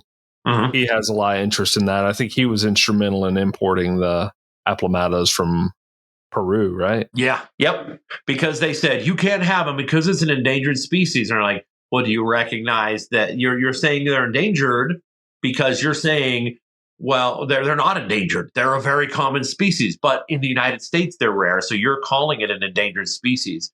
well, they're different from like the Peruvian ones, so they're endangered. The northern ones, they're endangered. Okay, then you're saying the southern ones are not. So if we import them, you can't give us crap. And that's what he did, as I understand it. Is like, hey, you're recognizing it as a separate subspecies, then fine. And that's like one of the prettiest falcons. Lanners are still my favorite, but peregrines are what got me into it. Lanners are my favorite, but just aplomatos are so pretty. They're so beautiful. You like the ones in the United States or the southern ones more? I like the southern more, but I like them both. They're just so striking, just gorgeous. But the southern one, I'm a sucker for red. You put red and orange. Like if you give me a lanner, give me a South African lanner with that rich or like I'm in Utah, and southern Utah is all the red rock country. It's like Australia, it's just red, red, red. And it's like, I love those colors. And our peregrines are like the one on my channel, that little background, right? It's like that deep red. If you look at a field guide of the peregrines in the United States, the anatoms are like, oh, they show a tiny little bit of red. Nope, not in Utah. They're red. And you don't see that in the field guide. So I'm a sucker for that. So I like the southern aplomatos better. I had a northern one. I got a retired breeder from the Peregrine Fund. And that was actually the best aplomato I've ever had out of all of them. I've had, I think, like 3 or 4 Peruvians and the one northern. And it was bigger. I was told they were smaller. That sucker was huge. It was like a proper Cooper's hawk size. It was big old chonky feet. And the scales on that northern bird, they were like really stuck out. All the leg scales stuck out really far. That was a cool bird. That's cool. Stupid stroke. I have very few memories of that bird now because of having the stroke, but I remember it, and that was cool. But I like the Peruvians. I think they're prettier. What about the lanner that makes you like the most? I admit it's because I'm a sucker for Egypt. So it's because I didn't know what falcons were, like kindergarten or first grade. It's almost like, okay, picture, and I know this is going to sound a little weird. I hope this will throw you off. But think about as a kid, the first time you discovered porn, and you're like, what? There's naked ladies? I'm feeling something inside. That's what it was like, only not what it's not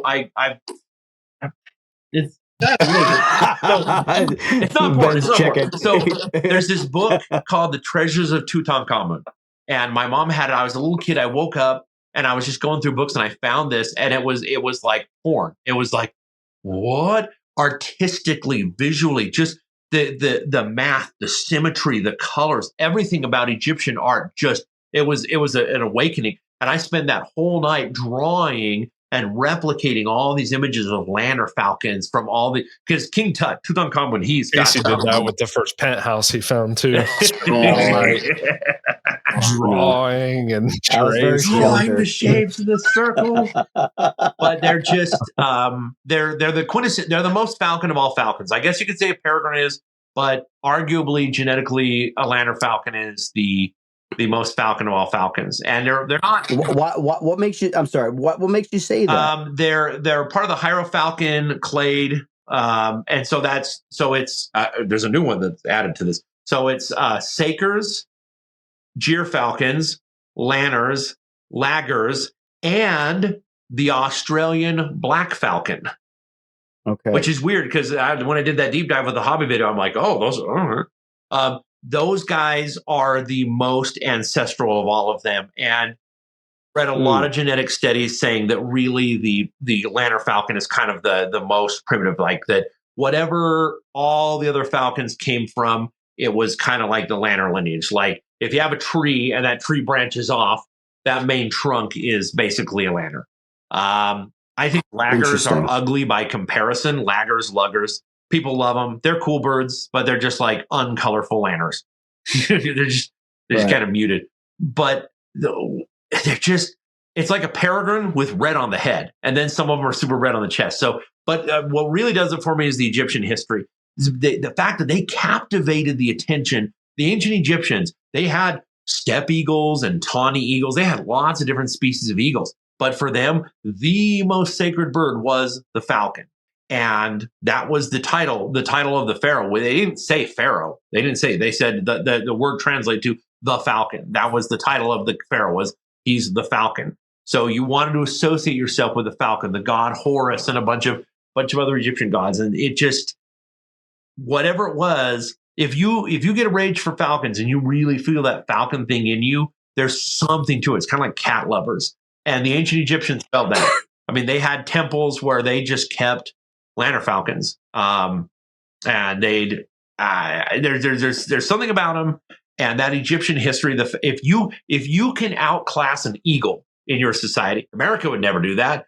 If we have bald eagles and golden eagles in our country, there's no way we'd have a falcon be our national bird. You know, you wouldn't have a falcon on top of your flagpole if you could have an eagle, but they did. They loved falcons that much, and I just love. They haven't earned it. They haven't earned it for themselves. Peregrines are a perfect falcon, but lanners, it's the history, it's the human interaction, it's the colors, it's the really well defined mantler stripe, and they're fun birds. Lanners are. They're not known to be good falconry birds, are they? No, they're not great. They're good. The European falconers, where they have access to unlimited breeding opportunities, they say that it's a good beginner bird, kind of like American falconers viewed kestrels.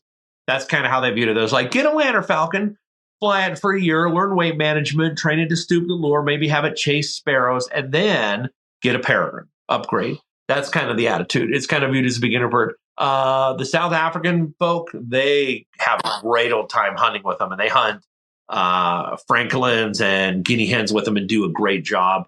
Mine are all from American breeding stock, unfortunately, and which is very limited. And I've been 50-50. The lanners that have been good have been some of my absolute best falcons.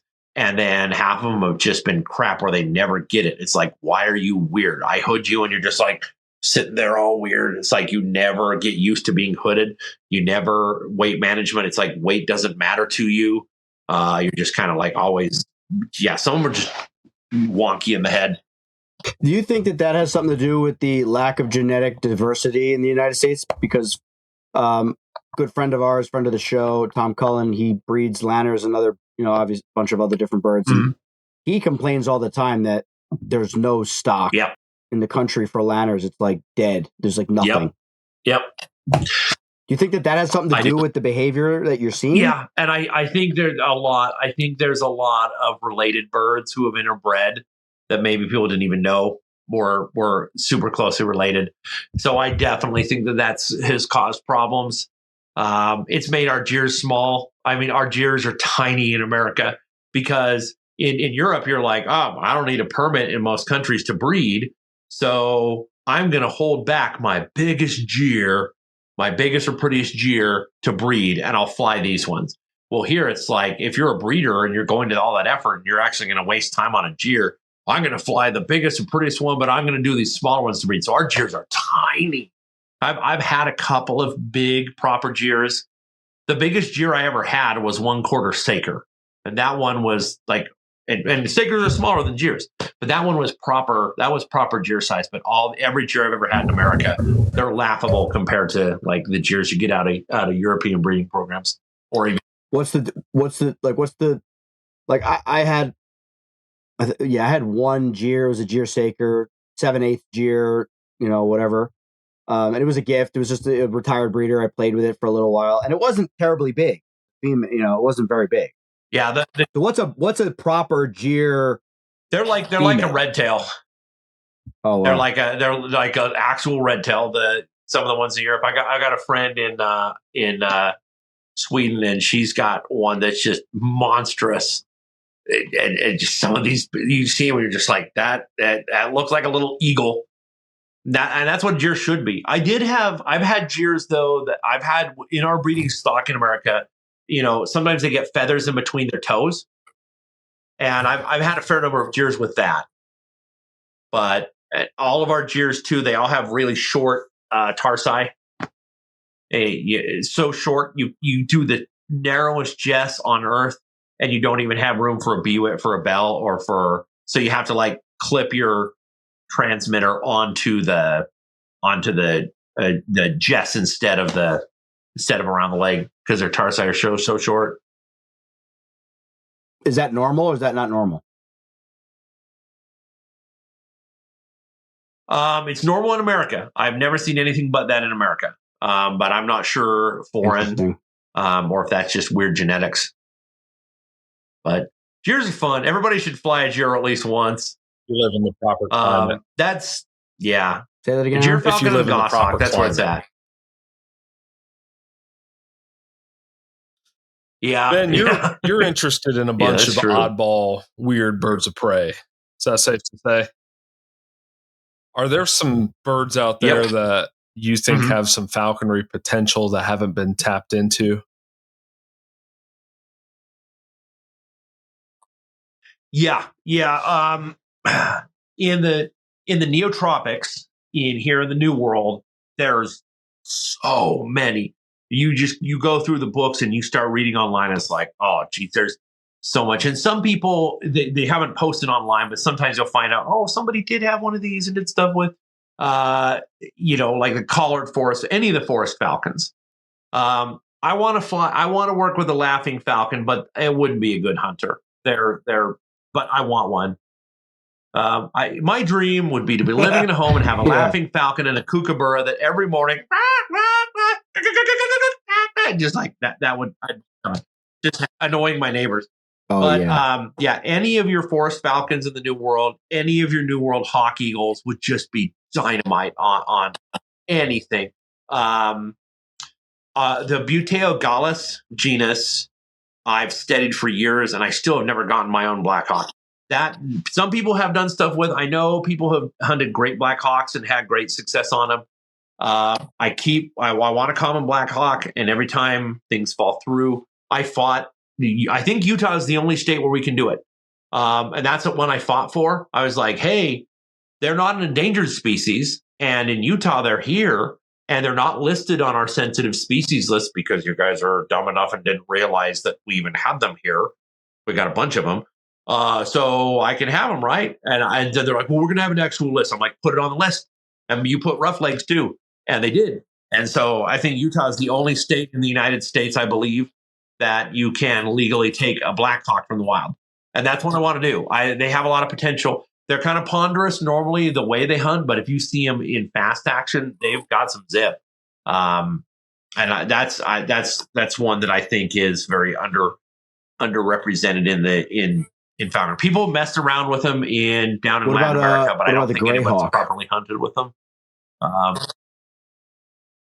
Greyhawks, Jason is working on that, and a greyhawk is a red-shouldered hawk. It's basically what it is. They branched off, and so everything good about a red-shouldered hawk you have in a greyhawk. So they're built like an accipiter, but they're not as gamey as you'd think. But if you push them, Jason's working with them to go after starling, like car hawking, and I think he's going to be able to do it.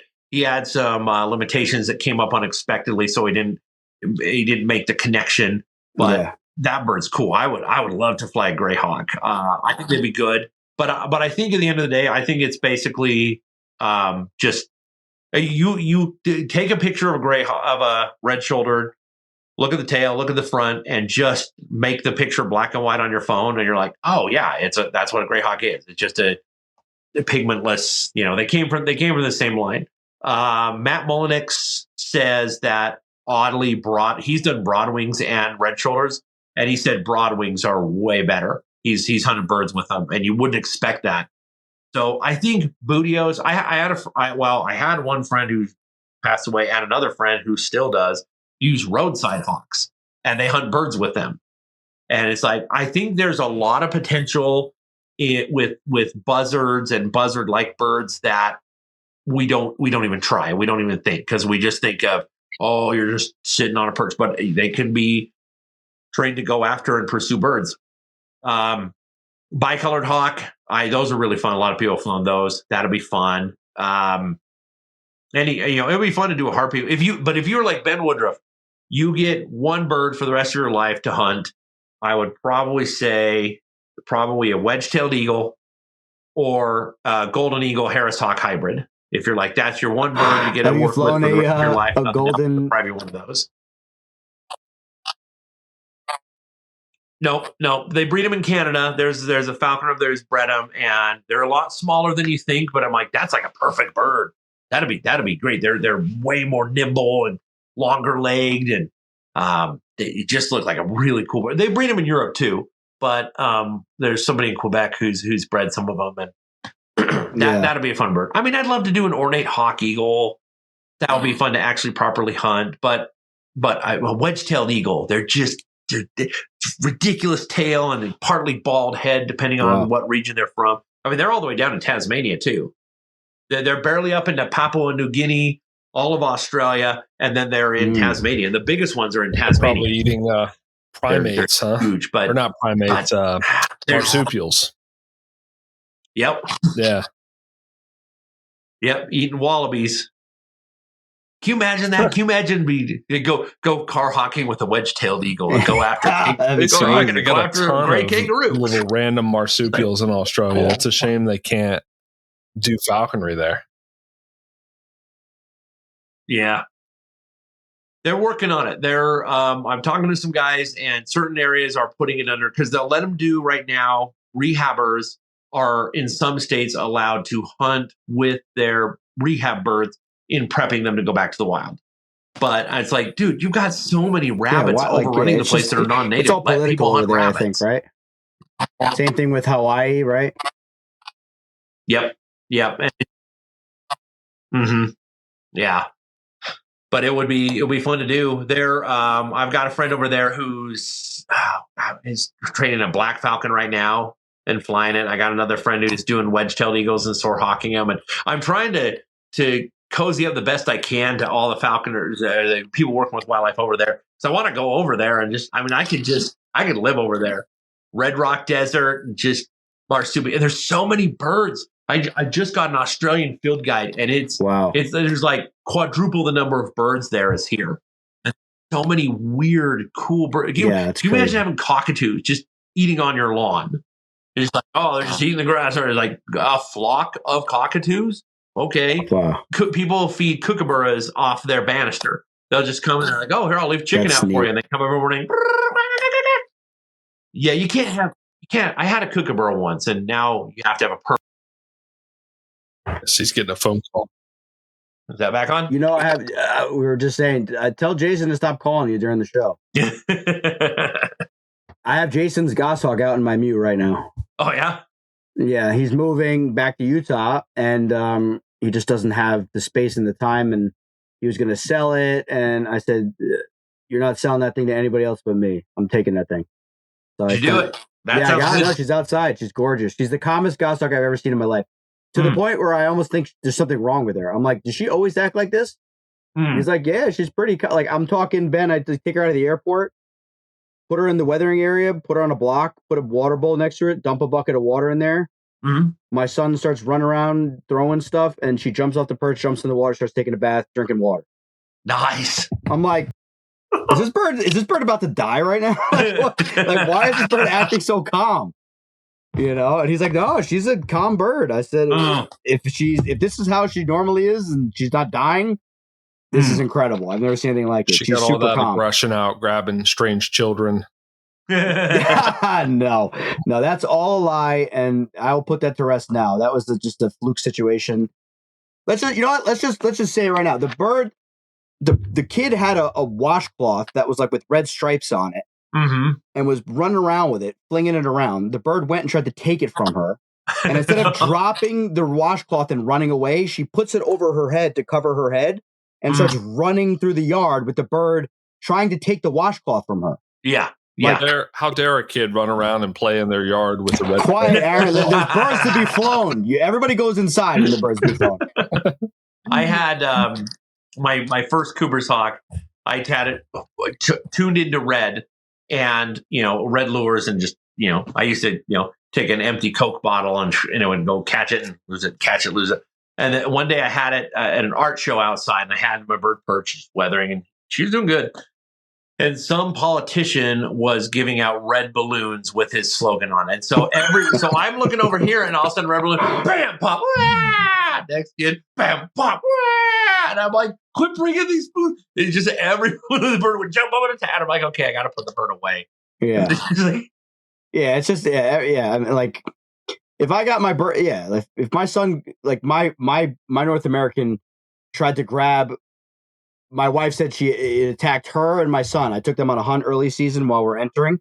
And my it's getting hot. My wife takes my son's little brown sweater off and rolls it up into a little brown sweater that looks like a little rabbit, and tucks it under her arm with it sticking out of the back.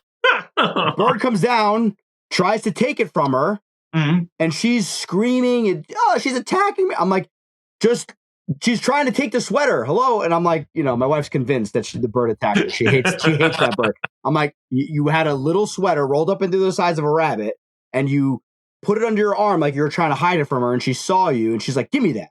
Yeah. These things happen, especially imprints, as you know. Yeah. You gotta be careful. You gotta watch where you're flying. You gotta watch gotta be careful. Yeah. Well, I'm hoping to do a goshawk this year, but I think I'm hoping to get like a hand-me-down, like a finished goshawk. I'm hoping one will show up somehow or something, because it's like I don't think I have it in me this year to try to do an imprint. It's a lot. I mean, you could do a family bird, but timing. Getting a Cooper's hawk as a family bird is pretty easy, to track down a nest and keep day by day watching it. But a goshawk is like that's a bit of a drive and a hike to check on a nest every day and make sure where the babies are at. But yeah, we'll see. What about a chamber bird? Yeah, that'd be fun. Seth Roy, our boy, sponsor of the show. Him and Lance Christensen are the two. They make the best chamber birds in the country, arguably.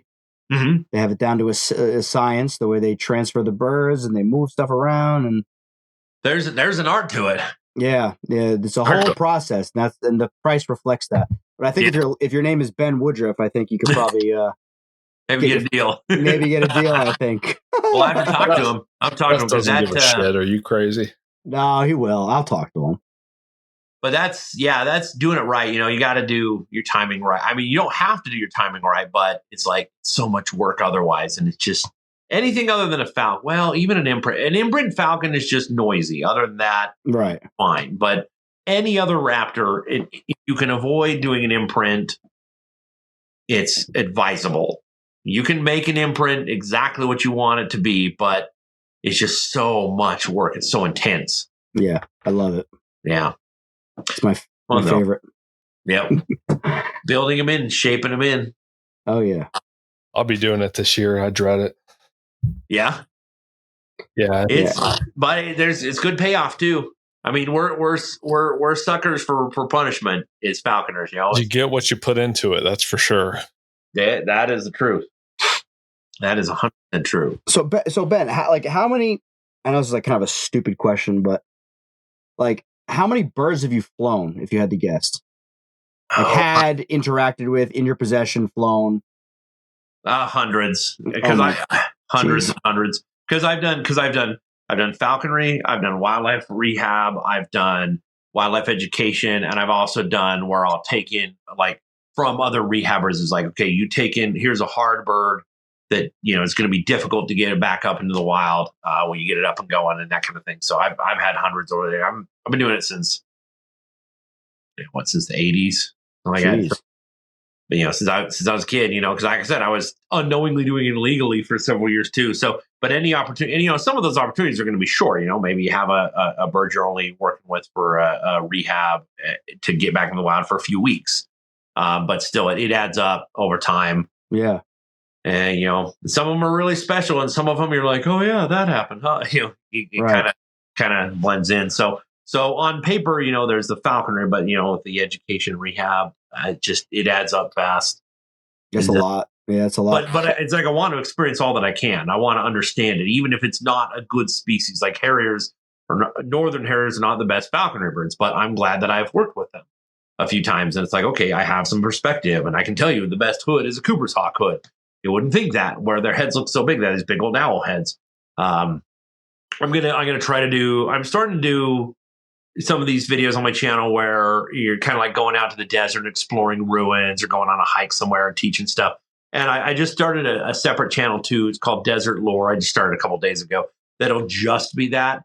And then I'll keep my falconry channel. I'll keep doing the falconry stuff, but also have like some of these little adventures. But one of the ones I want to do is I want to film in the nest a northern harrier, because I haven't done that in years. I'm not going to fly one, but it's so cool to see you got birds just nesting on the ground or just on the ground. It's like, how odd. And that's what I definitely want to record for multiple things this year. Yeah. And I got some good drones too, so that'll help me scout out where they're at. Yeah, that'd be neat. So Ben, like I have a YouTube channel, right? Like everybody and their mother has a YouTube channel, but you have like a significant YouTube channel. It's getting there. Yeah. So it's like, is this like your main source of like income, or like? No, I make about 200 a month. I don't do the mid rolls because I can't stand seeing mid rolls, and so I just do the setting where you only have ads like at the beginning and the end. If you monetize, so I get about 200 a month. 200K. What's that? 200,000. No, 200. 200. I get about $200 to $250 a month from my YouTube channel. I haven't never had a sponsor or anything. I've had people donate falconry equipment for me to test and review, but I just barely started Patreon. Just like a few weeks ago, people were like, "Why aren't you doing this?" I'm like, "Oh, I guess I never really even thought about that being a thing." So hopefully that'll help build it up. But no, I just do it for the love of it and to get the information out. And I would like it to be what I do. I would love to just be doing educational videos and sharing. And like my dream, what I really want to do is to go around the world to other falconers and film, like, show me falconry in your country and let's put it up. That needs to be a TV show for sure. Yeah. And so I've been trying to make some connections to at least have to interview. Like, I got some connections in Australia. I've got a gal who lived in the Philippines and trained a Philippine eagle. So I'm going to interview her. And it's like, it's not the same as going there and seeing it live, but still to get some of those stories out, I think would be really good. Oh yeah. But hopefully eventually I can travel. Yeah. And so that was question number one. And the other question I had, was you had a podcast for a while, right? With your buddy? Yeah. You still do that or no? I want to. He's gotten out of it. He had some car problems that ended up like he wasn't able to get out. The family went down to one car, and he's back in school getting like a master's degree, and so he didn't have time to really fly this year. So he hasn't really done falconry, and it's like, come on, I want to do this podcast with you, but I would like to get that up and going again. Because it's just fun talking about it. It's just fun talking birds. Yeah. So I had to do it with somebody else, but yeah. But I like doing that because it's more casual and it's fun to hear other opinions other than my own. It's fun to just get some pushback and share that. So I would like to get that up and going again.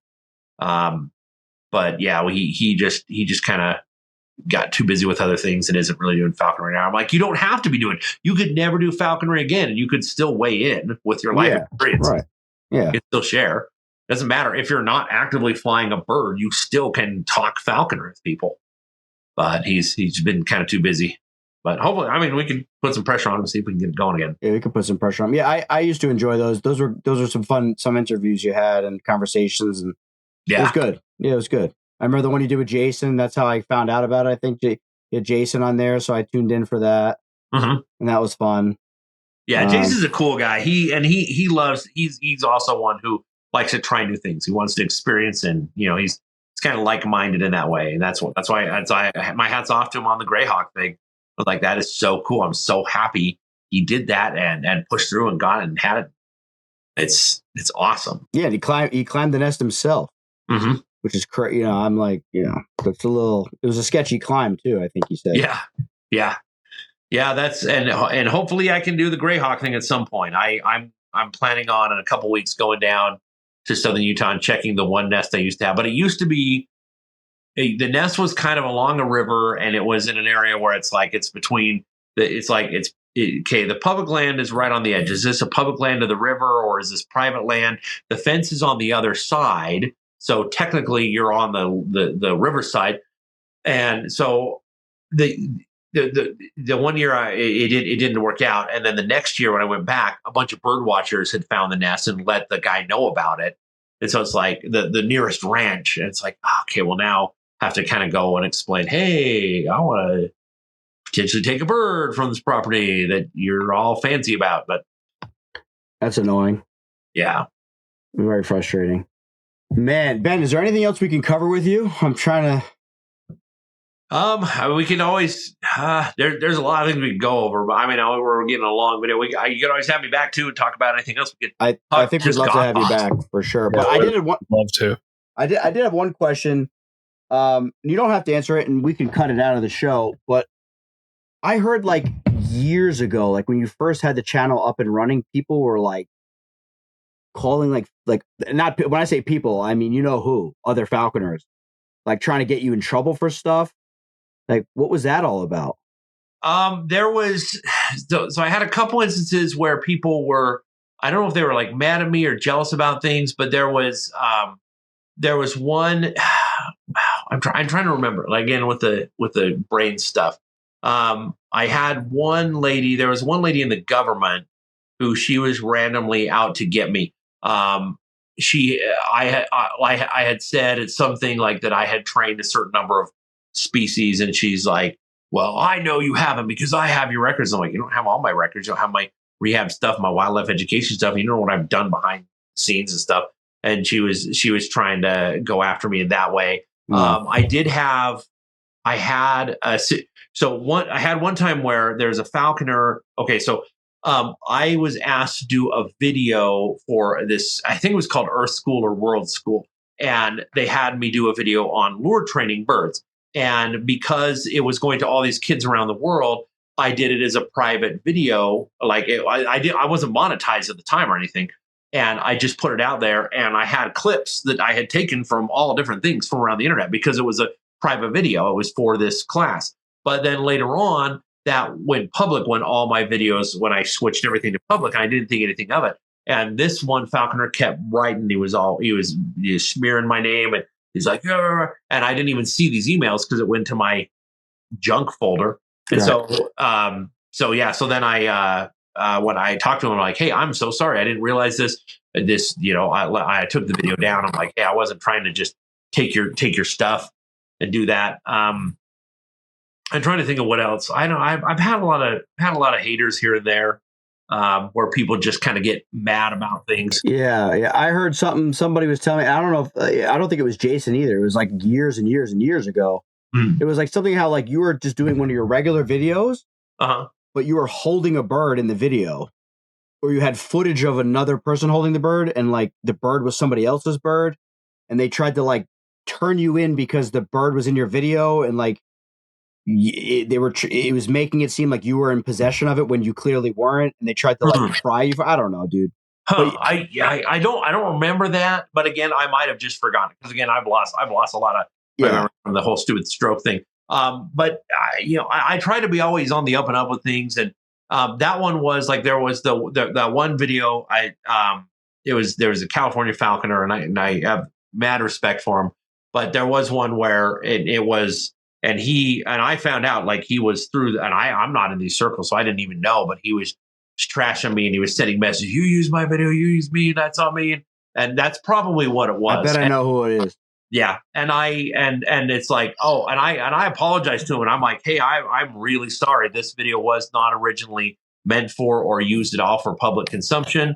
And then, when I was starting to do videos regular, I'm like, oh, and I just put all of my videos to set to public. And I didn't even think anything of it. And then I'm like, oh, yeah, because there was a bunch of clips in that video just showing, all kinds of stuff, just clips that I pulled off the internet from all over because I was just trying to show here's some good lure training stuff. So I need to do a good lure video since because that one had good information. It's not there anymore. But you got to get that out. But yeah, that was not an intentional slide. That wasn't me trying to steal his thunder or anything. That was just it was this lady got, was like, here, will you do these classes, these online classes? And one of the days I'm like, hey, I'm going to be out. I'm going to be gone. I can't do this live thing. So I will just because it was like a weekly live video where I would get on with all these kids from around the world and I would teach falconry. And I'm like, I'm going to be gone. So here I'm just making a video. I'm putting it up on YouTube as a private video. You guys can all watch it, and that's the weekly video. So that's what it was. Yeah. But yeah, I felt bad about that, but he's probably still pissed about it, and it's understandably so. But I explained it and apologized and took the video down and tried as best I could to smooth it. Yeah, I didn't even hear about that. I just heard that you've gotten hate and people tried to make stuff up to get you in trouble, and it's just simply jealousy. I think I've had people jab at me and try to tear me down, and it's just like I don't see the purpose. It's like a lot of people get into falconry because it's special, it's different, especially you love the birds, but then you might be kind of the odd man out. You're in school and like, wow, I'm this weird person, but I have a bird of prey. Well, it is cool, and it does take work to do it, and you are special for doing it. But at the same time, it's the bird that's special, and that's what we all want to see. We want to see the birds. We want to learn about the birds, and I just think I've spent my entire bird career I've spent trying to get people to be civil, to get because falconers legitimately hate rehabbers. Rehabbers legitimately hate falconers. Wildlife educators legitimately hate them both. And it's like the bird banners say, we're saving the birds. It's like you're catching a bird, banding it, traumatizing it, measuring it, and setting it free. And the only way any of that information comes back is if the bird's dead or if you reband it again. Right. It's like you're not saving them. You just want to connect with nature. That's all it is. And I want to as well. I want to be close to an animal or hold it. So do you. But you justify it by like, I'm doing something special. I'm saving birds by banding them. So you're not saving them. And rehabbers, we're saving the birds. Are you? The government has said in the United States that the amount of animals that are saved by rehabbers, the birds, is inconsequential. Meaning if they died or not, it would make no difference to wild numbers. So it's just, it's a fun thing you can do, but you're not saving wildlife. And, falconers have, things like Project Peregrine stuff. Falconers have done a lot of good to save, birds of prey. But it's like, at the end of the day, it's like, okay, if in Utah, they've told us, if you take a bird from the wild, we factor that in the numbers of dead. And it's inconsequential. So any limits we put, there's basically no limits other than peregrines. There's no limits to what we can take. And they're like, we would put a limit on you if we think your bird dying would cause a bad thing to the overall numbers. So it's like, we're not doing anything. We just all love the birds. So let's try to kind of, grit our teeth and deal with each other and share a love of the birds. Anytime, if I see, if I'm at a bird event and especially if I have a more interesting bird, let's say I'm at an event, I have an eagle or something, and there's somebody from Hawkwatch or something, then I will intentionally put my bird away and be like, oh, tell me about your bird. I'll stroke their ego a little, let them have some glory, let them have some fun, and tell me all about, what got you into birds, and get them excited because I don't want them to feel like, oh, well, there's this guy over here with a more impressive bird. It's like, who cares? We all love the birds. We all love the birds. So so I try my best. I try to, but you get some haters, and it's like, no, I'm not perfect. I don't claim to have all the answers. I don't claim my way is right. And people are like, well, I don't know. I just do my thing. Yeah, but the approach you take on your videos is, like I said earlier, it's like I told you, you made a video about something about goshawks versus something, and I was sitting there, I was cocked, I was ready. I was like, you better not say anything bad about goshawks, and I was ready, and I'm like. And then it's like every video, you just say the facts, and you're very diplomatic, and you kind of you don't really pick a side at all, really. Yeah, and it's a great YouTube channel, and I would say all of our listeners just go subscribe. But it looks like everybody's subscribed to you already. Oh, there's a lot that don't. I wish that's my one goal. And I hate this. I hate that this is a goal of mine. But after dying and coming back, when I was in the hospital. And I was just so out of it. And I'm like, and they're telling me, they're like, at first I was totally blind too. And they're like, you're never going to be able to live on your own. You're never going to be able to drive again. They're telling me all this stuff. And I was like, and the two things kept me going. It's like, I got to get back on Skinwalker Ranch, and I got to get my videos up and going again. And so that's when I'm like, I've got to get at least a weekly video out. And now it's like, it's done well enough. So now my current goal, and I hate this, but my goal is to get the stupid 100,000. It's like, if there's 100,000 subscribers, then, which it doesn't matter. It's like, I'm still going to keep making videos. Even if it goes down, I'm still going to keep making videos. You're right there. You're only like what, like 30,000 off your clothes. Yeah, but it's slow. It's slow. I mean, it's slow, Ben, but I checked. I mean, it had to have been only a year ago. I checked your numbers just like for the fun of it. You had like 5,000. Yeah. And now you're at like 60 something. Yep, it's getting there. You're there. It's getting there. So just keep doing what you're doing. People love what you're doing. I love what you're doing, and you're a very unbiased, very educated voice for falconry and birds of prey, and I'm a huge fan. Well, I appreciate it. All right, everybody, go subscribe to Ben. Yes, and you have the Patreon account, Ben. How can, if people want to support you, how can they find it? Yep. Yeah. It's in the description. I think it's like Ben Woodruff Falconry, I think is the tag for it, but it should be in the description of my channel now. But you can just find it there. It's just on Patreon, and it's brand new. So I'm trying to get videos out, like private stuff for people to see, kind of behind the scenes stuff. And, but I'm still getting the hang of it. So be patient with that. I'm still getting the hang of all the technology coming back from the dead. Right. But I'm getting there. And learning new stuff, the new mics and new cameras and new technologies, drones and stuff. So I'm getting better and better. But and check out, if you want to see, just I've got some of the most amazing places. If you look at that channel, Desert Lore, that I just started, there's going to be some of the most amazing ruins and ancient sites, and I'm going to be showing bushcraft and flint napping and primitive fire starting and primitive weapons and stuff like that. I'm going to be doing that on that channel exclusively, but I'll still put that stuff on the falconry channel too. And if people don't like it, some people are like, it's just supposed to be birds. I'm like, what are you going to do? I get paid a couple $100 a month, and it doesn't even cover my editing software subscription. So it's like, I'm just going to put stuff out. Desert Lore. Yep. It's brand new. It's only been up a couple days, and I think I only have one video and one short up, and then I've got like 5 other videos scheduled that'll come out, every few days. But like this Monday, I'm going to. I have been finding all the secret ruins that people don't know about, and there's one. I'm not going to tell you the name. I'm not going to say the name on the video. There's one ruins that are not ruins. It's 100% intact. The roof, the walls, everything. It almost looks brand new, and it's hours in the middle of nowhere. You cannot find it. And I have the information. I've got it all traced out. There's no GPS out there. I'm going to that one in the summer.